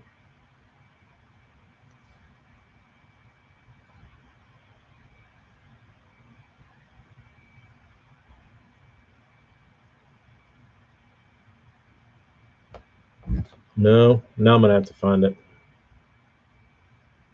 Since your name dropping on me. He's from around Wichita.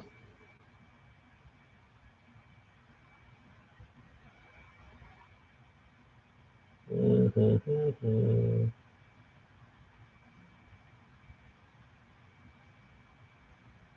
I think he's an older dude.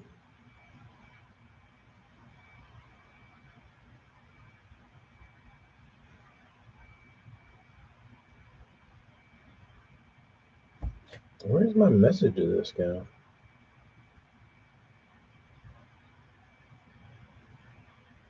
Jim Kaywood?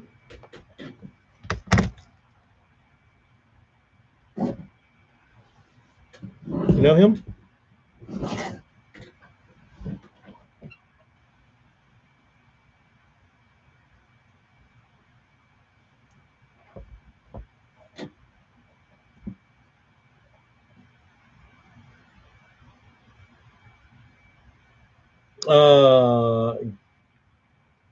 Gator, this is I've probably had this shirt since high school. It's got a big it's got a rip somewhere in the arm. Or maybe it's in the back. It's got a giant hole in it. It's not as fancy as one might believe. Uh-oh. Missing an eyeball. I wonder if it fell out. I hope not, because if it did, I'm sure these dickheads didn't send me any extra eyes. I think they sent eyes down to the exact number.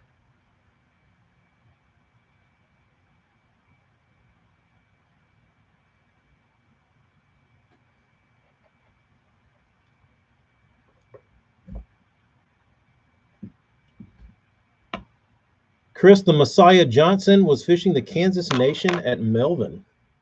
Are you going to be there to give him a little handshake?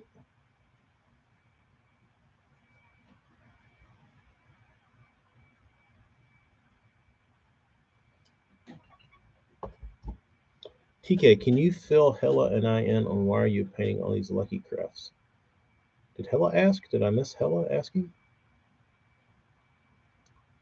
Oh, it already happened.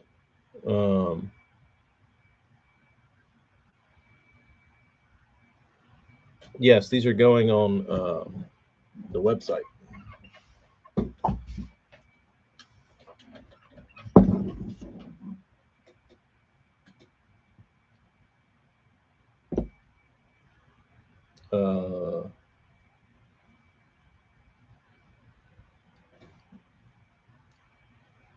No, these are for Tackle Warehouse.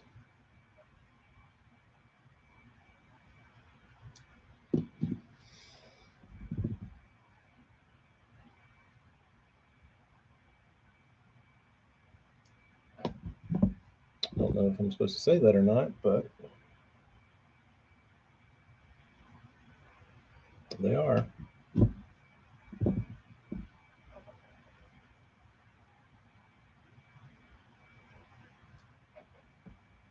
Gator, no, you'd never notice. The eyes I have, they look identical to this. I do not like the color eyes they chose for all the baits. I should have colored them. I should have painted them myself. But.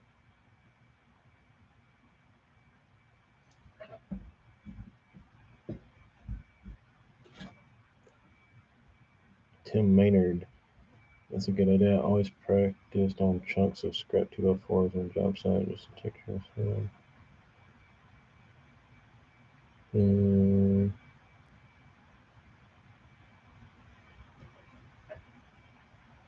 Talking about painting on scrap stuff. A lot of guys paint on spoons. I was never I never practiced on anything other than what I was gonna paint.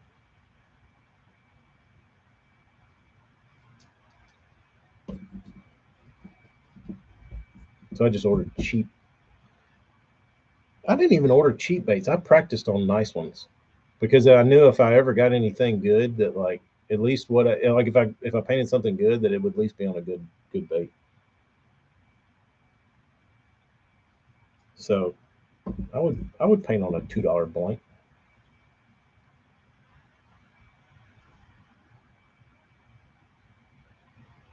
Yeah, and spoons never because a spoon I don't know a spoon didn't really tell me anything. Like I needed to know what it looked like on a bait.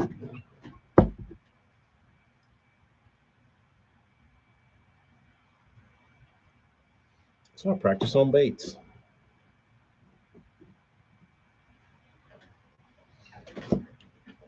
Practicing on glass.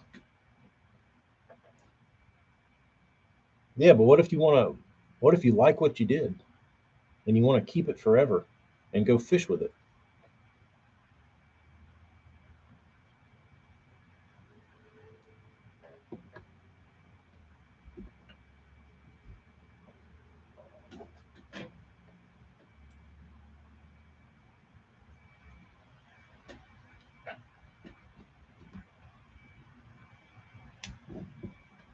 Glass. That would be weird. I have been wanting to. Speaking of glass, speaking of glass, I've been wanting to. Been considering painting.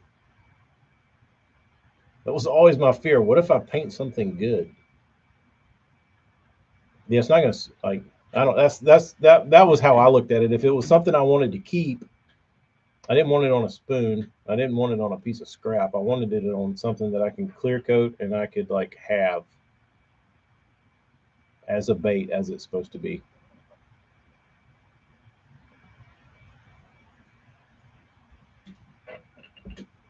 Frame that glass.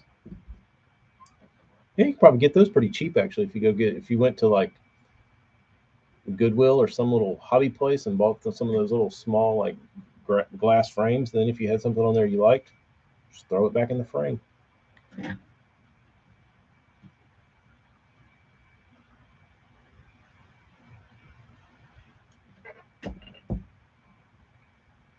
Um,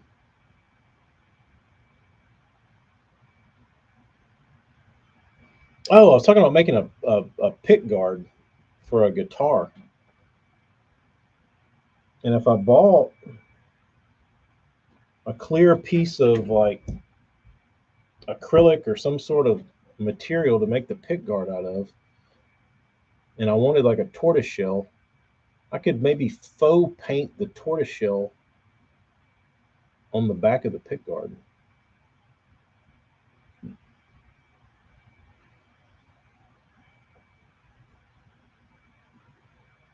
It's possible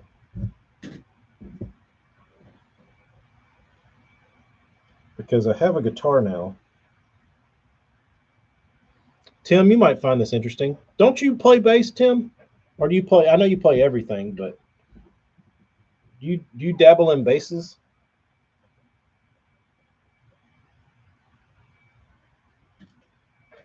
All right, Tim. Listen. This is how this went down. So I was browsing on Facebook Marketplace.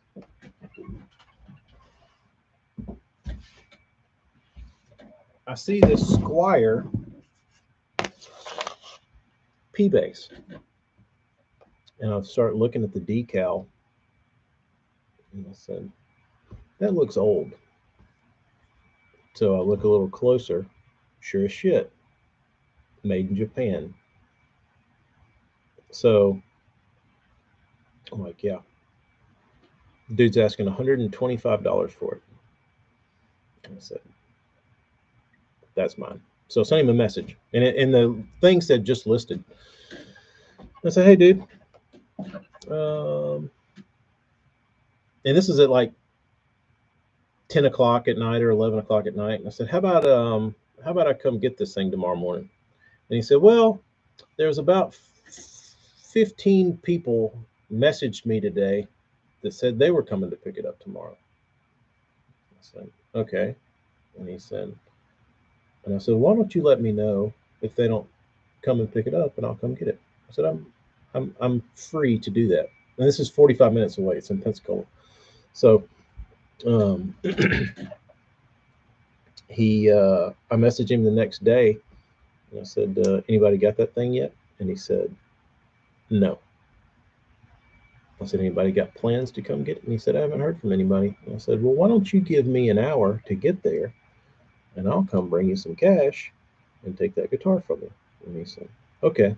He said, just get here before 3 because I got to go to work at 3. I said, all right. So I put it in my phone, and they're doing road construction, dude. And like, I didn't know it. And I got like halfway down the interstate, and there's like traffic is stopped on the interstate. And I'm looking at my GPS, and it's like, uh, your ETA is like 2:58. And I'm like, dude, this guy's going to leave and like say he had to be at work, and I'm going to get hosed out of this. So I ended up making it there. The guy came out. He worked in a restaurant. Uh, Played a little music on the side, and he's like, you know, man, I got Christmas presents I want to buy, so I'm gonna sell this guitar. I was like, well, that's kind of you. So I bought it from him, and it's got a wooden pick guard on it. So the first thing I think is, got to get the pick guard off. So I get on Amazon, order a P-Bass 13-hole pick guard. Gets in, way too big. Not even close. I'm like, this is weird. So I can't really tell what the abbreviation. I don't know if you know much about Squires or the Japanese Fender era in the 80s, but so let me look up this. Let me look up this serial number. So it's an E serial number, um, and apparently there was a small run of medium scale P basses. So come to find out, this is a medium scale, 32-inch scale P bass, which I didn't know existed. But apparently, Fender Japan, it was their brainchild. They scaled everything down to 32 inches, and Fender didn't want anything to do with it, so they put it in the Squire line. Well, then once Fender kind of saw the instrument, they were like, all right, well, we want this. So they made a Fender medium scale. Um, but so I get this thing. I'm like,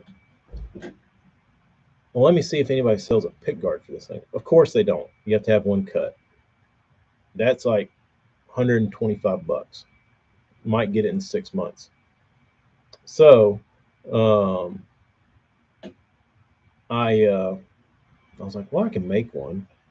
I have the template with the wooden pick guard. But then I got on Reverb and said, just for shits and grins, look up Squire made in Japan medium scale bass.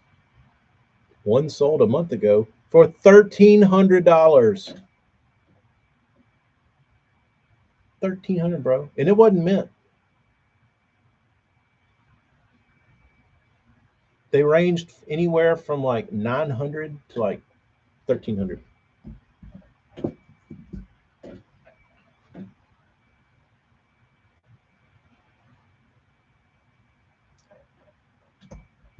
So apparently they're in demand, and people really like the medium scale P basses, and they're rare. So I did find a hidden gem. So I'm trying to clean it up and get it looking nice in case I need to. And I don't want to, but should should something arise and I need some cash, I'll be able to cash in because I can't cash in now with a wood pick guard. So the bean needs a new pair of shoes. I'll have to get rid of my Squire. And you know what's funny is like I'm not a bass player, but I've played a lot of basses. And when I went to this dude's apartment and I picked up the bass, the first thing that I thought was this thing's shockingly light. And now I know why.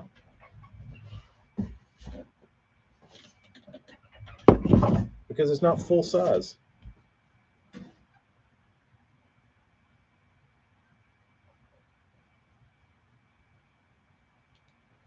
BBC, is a Strat not metal enough for you? You need some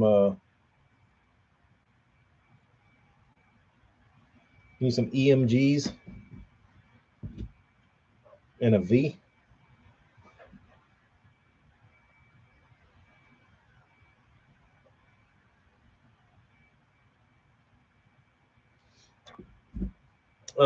He needs a BC Rich. Tim, a standard um, pick guard will not fit. And upon doing more research, uh, Squire, Fender Japan, whoever, the Fuji whatever factory that was doing this, they scaled the whole instrument by 6% or something like that. So everything's off. Like nothing is the same.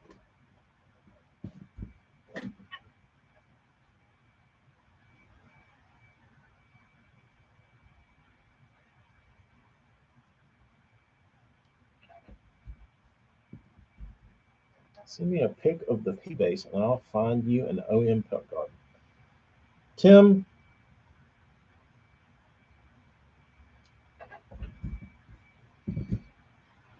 I'll take you up on that.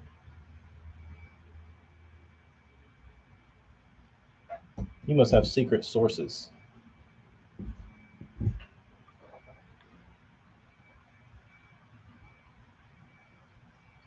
I talked to a guy, Tony at Pick Guardian, and he makes them.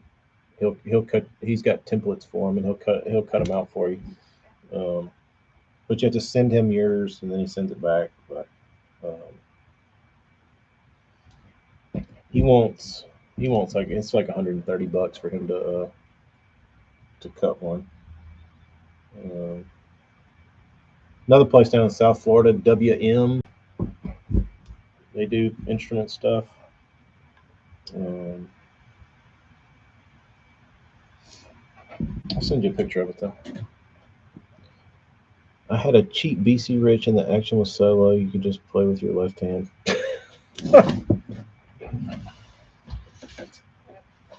I bet you could shred on that thing though, bro.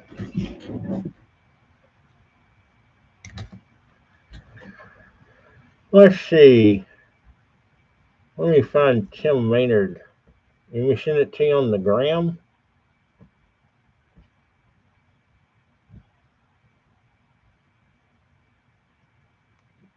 Bait Geek. I'll tell you if I got pictures of this thing.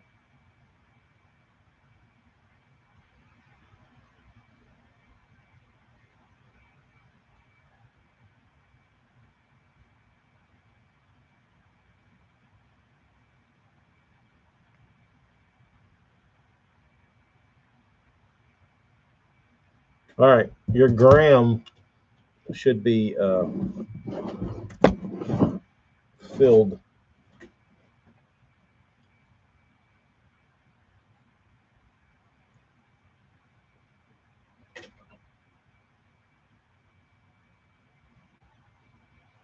But they use some sort of shitty like veneer looking stuff. I don't know what they made it out of. Did you shred, AJ?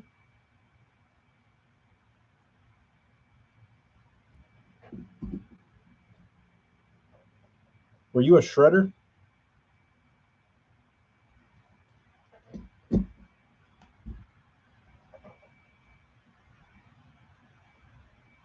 It needs a little bit of a setup though. It's got some buzzy frets and it's, it needs a setup. It's all cracked and dicked up though, Tim. It looks shitty. Like it's like peeling off. It's peeling like a plywood.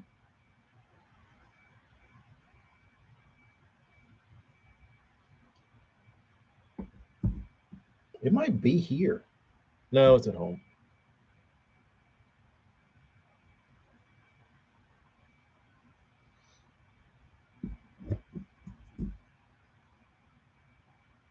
It doesn't look or feel like something nice like teak, but it could be. It's just it's peeling on the inside, and it's got like strips of wood coming off of it, like it's like a laminated kind of piece.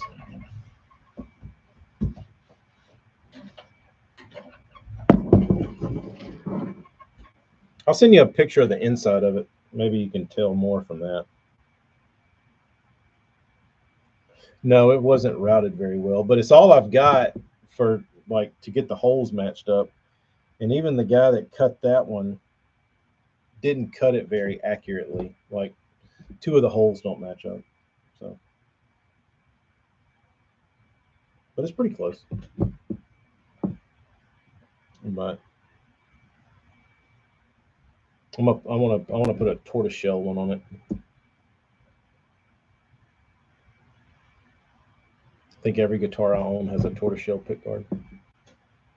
I'm a tortoiseshell guy.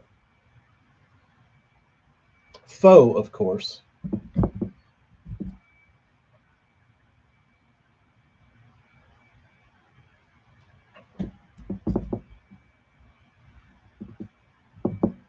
It's a nice instrument, though.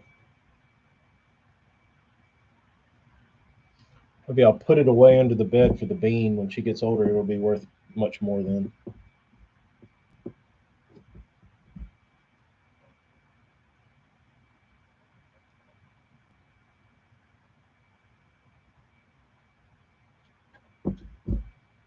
Tim, call Joe Bonamassa and see if he's got a pickguard that'll fit it.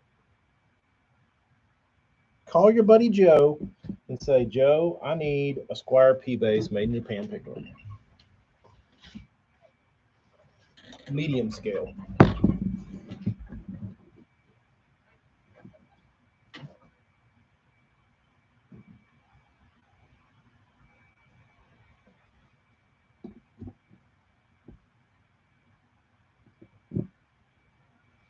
I think we lost everybody, Tim. Just me and you talking about guitars. And AJ's still here.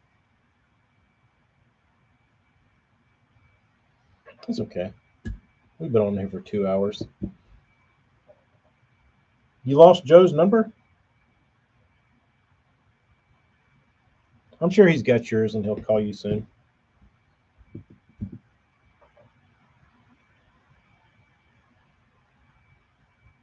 I wonder how fast, like if I were Joe Bonamassa, I wonder how fast I could have a pick guard for that thing compared to just being me.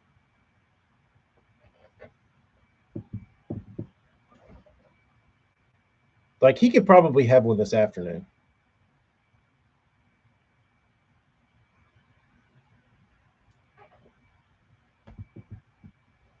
Ghetto steak sandwich. What what are the ingredients in that?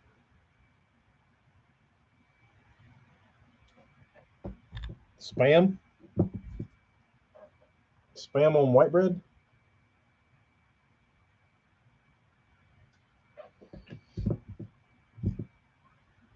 pony.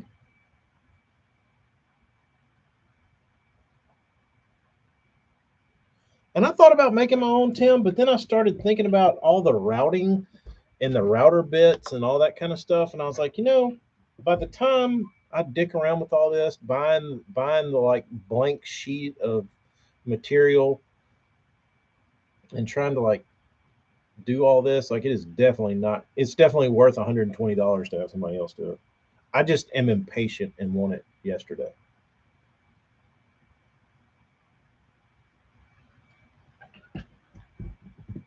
Not in 3 months. Talk to my bun supplier. I like this. I like this. I like this wedding caterer AJ. He's got tons of free time and he can just sit here and chat with us while he cooks.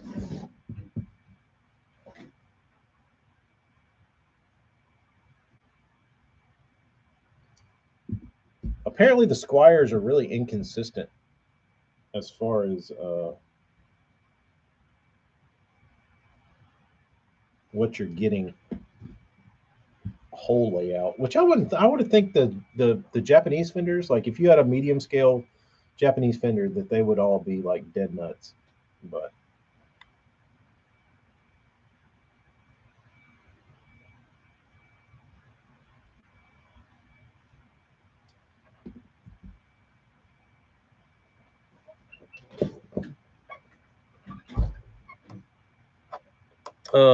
the thing I thought about, I'm probably going to get a transparency piece of transparency paper, and I'm going to trace that pick guard that I've got, the wooden one, onto the transparency paper, and then I'm going to mark. I'm going to put that paper over the guitar, cut it out, and put it over the guitar, and then mark the holes where they should be, and then send the guy both of them.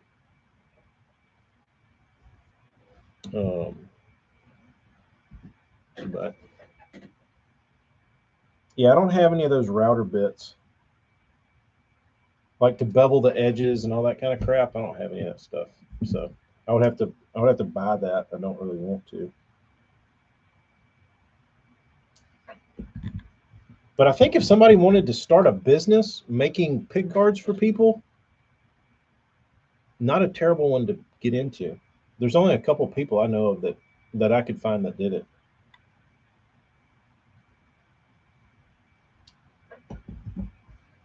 And they seem to be pretty busy.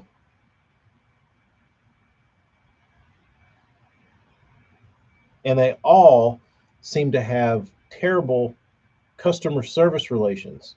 So, if you're a guy that's good at customer service and good at doing quality work, you can be successful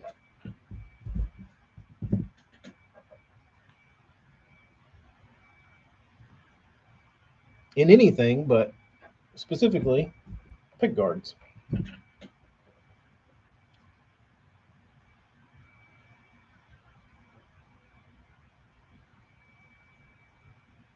I think the dude told me that he has patterns of this guitar. Um, so I'm guessing all he needs to really do is to make sure that, I guess everything, make sure the neck pocket fits, the pickups, and mainly like the shape. I'm not really that worried about as long as the holes line up. I don't want to fill and drill holes. Um, is EE going to be a guest on Bass After Dark tonight? I don't know. Yes, Tim, of that specific medium scale squire. Because the reason I found this dude was looking on a forum like Talk Base or something, and there was other guys looking for how to find a pick guard, and the guy said, "I use this guy," and he had done them before. Um, Eric's creeping.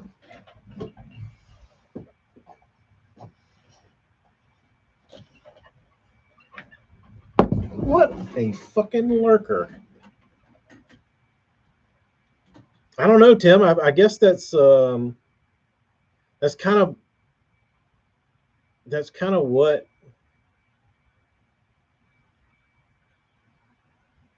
makes makes people use that guy, right? He's done enough. He's backlogged enough templates of all these weird guitars that are these pick guards that people need that they don't have. And I guess over the last like 10 years, if you have something weird, he's probably had it.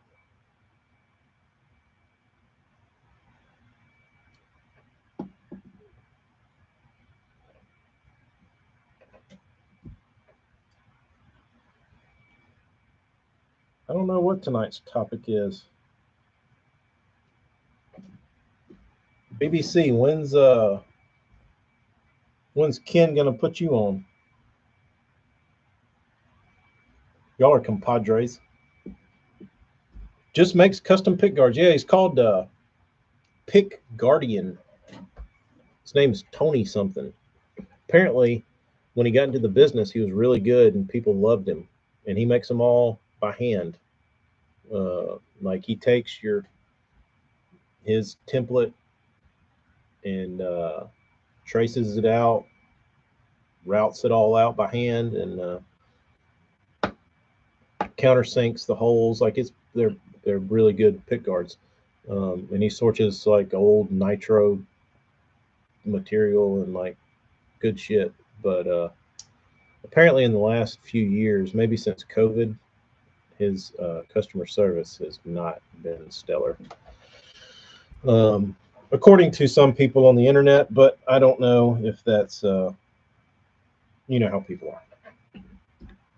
Yeah, I don't know that you can.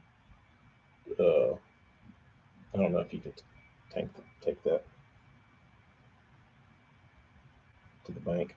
Crank Guardian. That's a good name. Good name.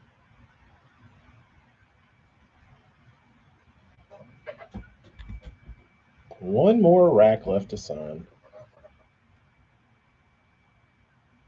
Tim, I think it would be I think the only thing that would hurt you, but if guys have pick guards, like the only thing I think you would need, and you might already have it, is like I think StuMac and other places sell these like router templates for like humbuckers, P90s, single coils, like all the pickup configurations. Once you bought those router uh, stencils, um, I don't think he makes a ton of them. Um, but I think he cuts them all out. I think he cuts them all out by hand. But yeah, you're almost halfway there, then, dude. But like I said, I think if you wanted to, you could probably sell as many of those as you wanted to. Once you sourced the like material, I don't know how it would work though with the supplier of the material if you could just like advertise all the colors that you could get, and then once people picked it, you could order it like a single, or if you would have to buy like in bulk.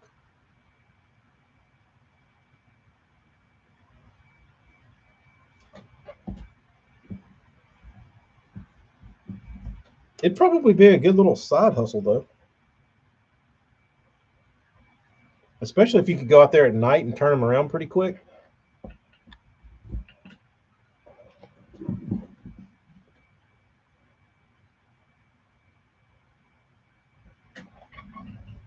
So you would need to buy in bulk.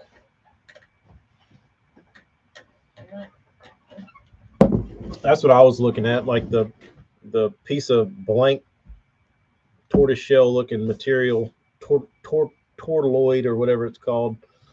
Um, one sheet on Amazon was like $40 or something. I was like, well, shit, I'm not buying that in case I screw it up. And I'm never going to make a pick guard again. And then I tried to justify it, and it's like, well, maybe I just start making some pick guards. Don't want to do that.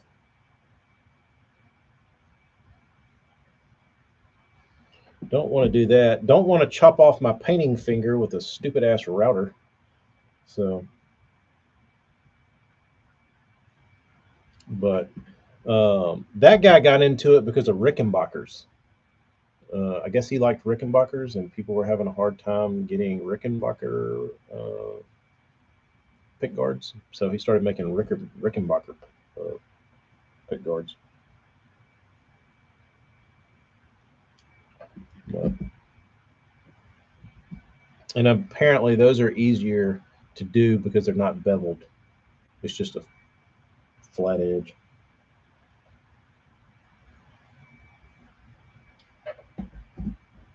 But popcorn where? Popcorn Sutton?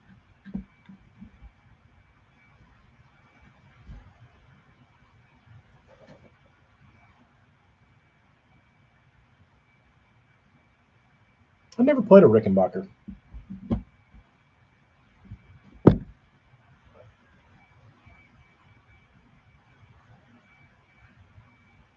I never played one. They look clunky. Like nothing about a Rickenbacker's ever invited me to play one because it just looked like it was like playing a refrigerator. I just didn't look like it'd be like comfortable to play.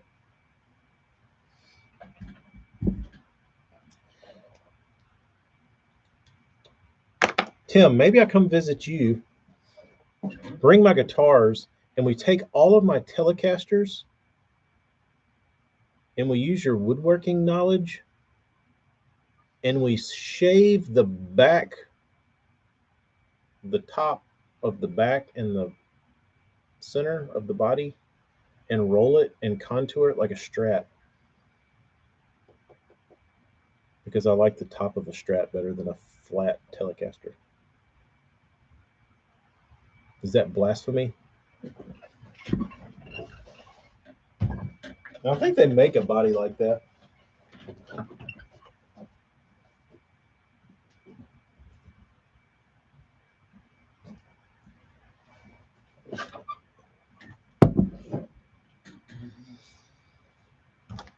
Tim, I've got I've got fake Telecasters. You ever heard about my Telecasters? They're from a specific brand, and I've found two of them in like 10 years of looking. I think they were Korean made in maybe the 80s. Kind of lawsuit era guitars. Um, and from what other from maybe what I gathered is the ones I have were sent out as samples um, for like the brand or whatever. I don't know, but I've got two, and the brand is Vantek, Vantek. So before I moved to Austin, I wanted to take a guitar, but I didn't want to take any of my nice guitars from here. So I got on Craigslist and I found this guy selling this guitar. Um, and I went and met him, gave him $100 for it. Knockoff Telecaster. It's got the headstocks cut just like a Tele, except it doesn't say Fender on it. So I start playing this thing, and I love it. It's awesome. Probably needs to be set up. Probably needs a lot of work, but I don't care. I just play it, and I played it when I was in Austin because it was cheap and nobody was going to steal it. Um, so I played I played it so much in Austin it just like became my favorite guitar because it's the only guitar I had. Well, anyway, so we're down there at the shop and everybody is musicians down there, and this dude has this he has this really nice Telecaster, and he wants me to paint it. And he's like, I want to do like a transparent lacquer, like red, like wine, blood, red wine, red look on it. And I want to do like a nitro clear coat on it and all this kind of shit. I was like, all right. So I ended up painting it for him, and we get it all put back together. And he's playing it, and he's like, man, I don't, I don't know what it is about this telly. He said, it's just not very Telecastery. I'm like, I don't know, dude. What pickups are in it? He's like, I don't know. He's like, it just doesn't sound like a Telecaster. Let me bring my fake one down here and see what you think about it and compare it to this one. And he was like, all right. So I brought mine down there.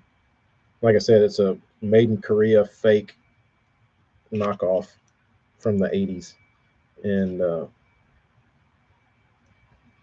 he's like, dude, this thing's like twangy. I'm like, yes, I guess. I don't know. Like, I don't have a Fender Telecaster. And but comparing it to that one, like comparing it to that instrument, it held up. It was like, it was good. So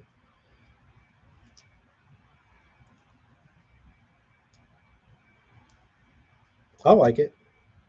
It doesn't look like much, but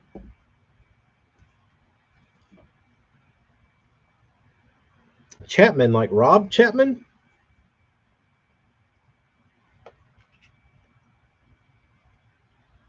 See, that's what we thought, Tim. That all like that dude. He did in fact have a non-twanger. Like his telly did not twang. It was weird. I thought the same thing, and I think he thought the same thing. Turns out his didn't have the twang. Later, EE.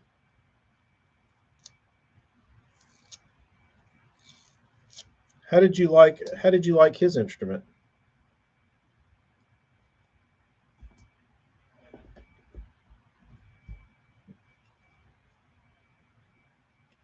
What was the name of his guitars?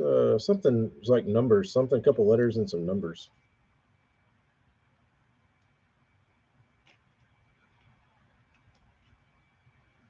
Brennan, a Strat is a Fender. Yes, Fender made the Fender Stratocaster. Now, just that body shape has been copied so many times, people just call it a Strat by whoever makes it. Yes, Eric, all guitars are like crankbaits, except they cost way more.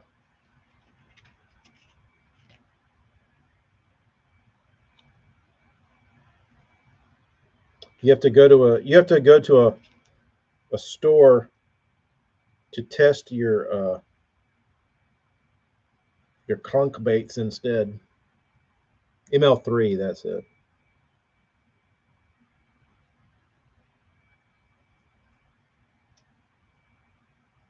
It's pretty cool. I never knew anybody that owned one of those. Has Rob's internet prowess going downhill? Is he still internet famous? I thought he'd run into some shit a couple years ago.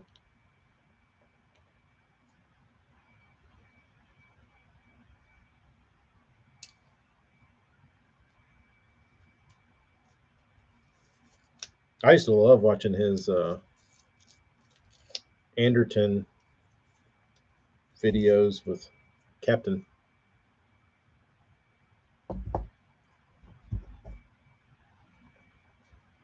That would be pretty cool, Eric, if you had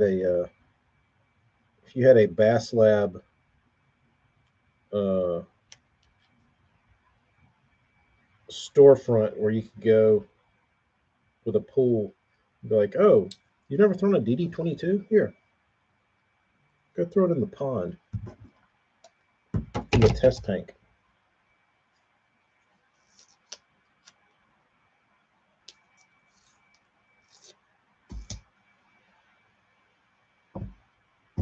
I'm glad Rob finally cut his hair and embraced that he was old and his hair was falling out instead of trying to be the bald guy with dreads.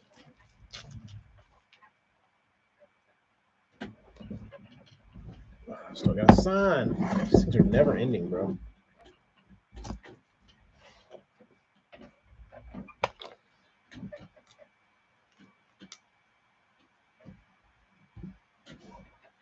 Never ending. Although I feel like I've seen one of those Japanese stores over there that had like a test tank in the floor.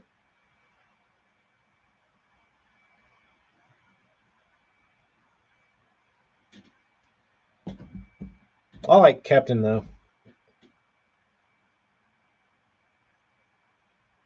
He seems like a really good dude.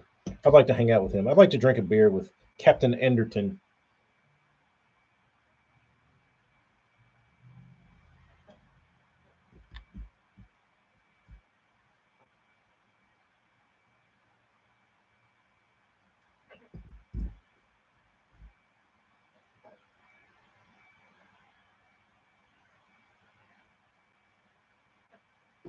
You think people would test drive crankbaits before they purchased?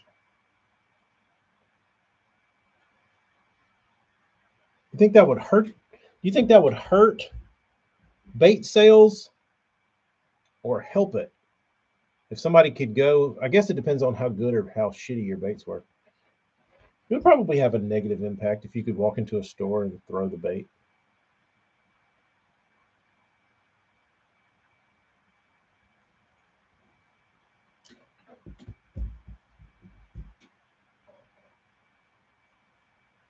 Norman's and Poes would have never sold. Yeah, some of the older Strike Kings as well, because those things never ran.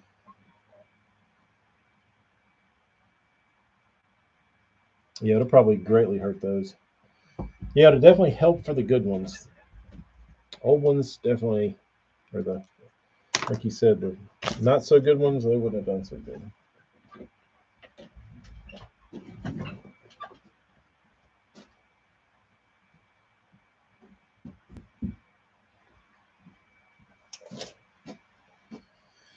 All right.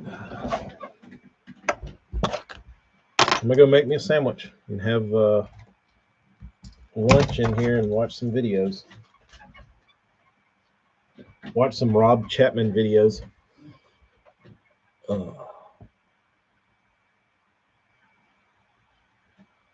Most people only know to look for a couple things. Does it run straight and feel the bottom and wobble? Yeah, does it run in a line? Does it do this? If it runs in a straight line and wiggles, success. Yeah, I just got done putting the last bit of eyes and untaping the bills and sanding. I mean, signing.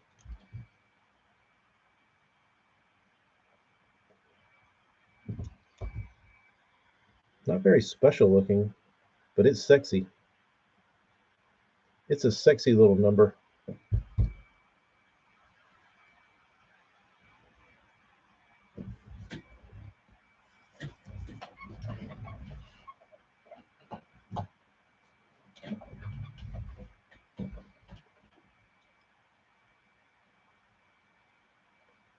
I could, Burns. It wouldn't have the same appeal because that one's kind of color changing. Might though. Gator, I want to know how Ed kept a steady enough hand to sign all those bills. Because you got to think, if you screw up, the bait is done. I'm guessing is when he did that. Tim might have some know-how on that. Did he pre-sign the bills before they went in the bait so if he dicked up, he could just throw the bill away? Or did he sign them on the bait? Risky. But I could see him do it. Like, if you're good at it, I can see you doing it on the bait. Did it before the lip was installed. The only reason I say otherwise, Burns, is I want to say I saw a picture of him. It might have been staged, though. But I want to say I saw a picture of him with his little engraver on a bait that was completed. Might have been staged. Could have been. Don't know for certain. Pryor might know. I wonder what Pryor's doing tonight. He hadn't been on here, so I've had 2.5 hours. No spotted five hopped on.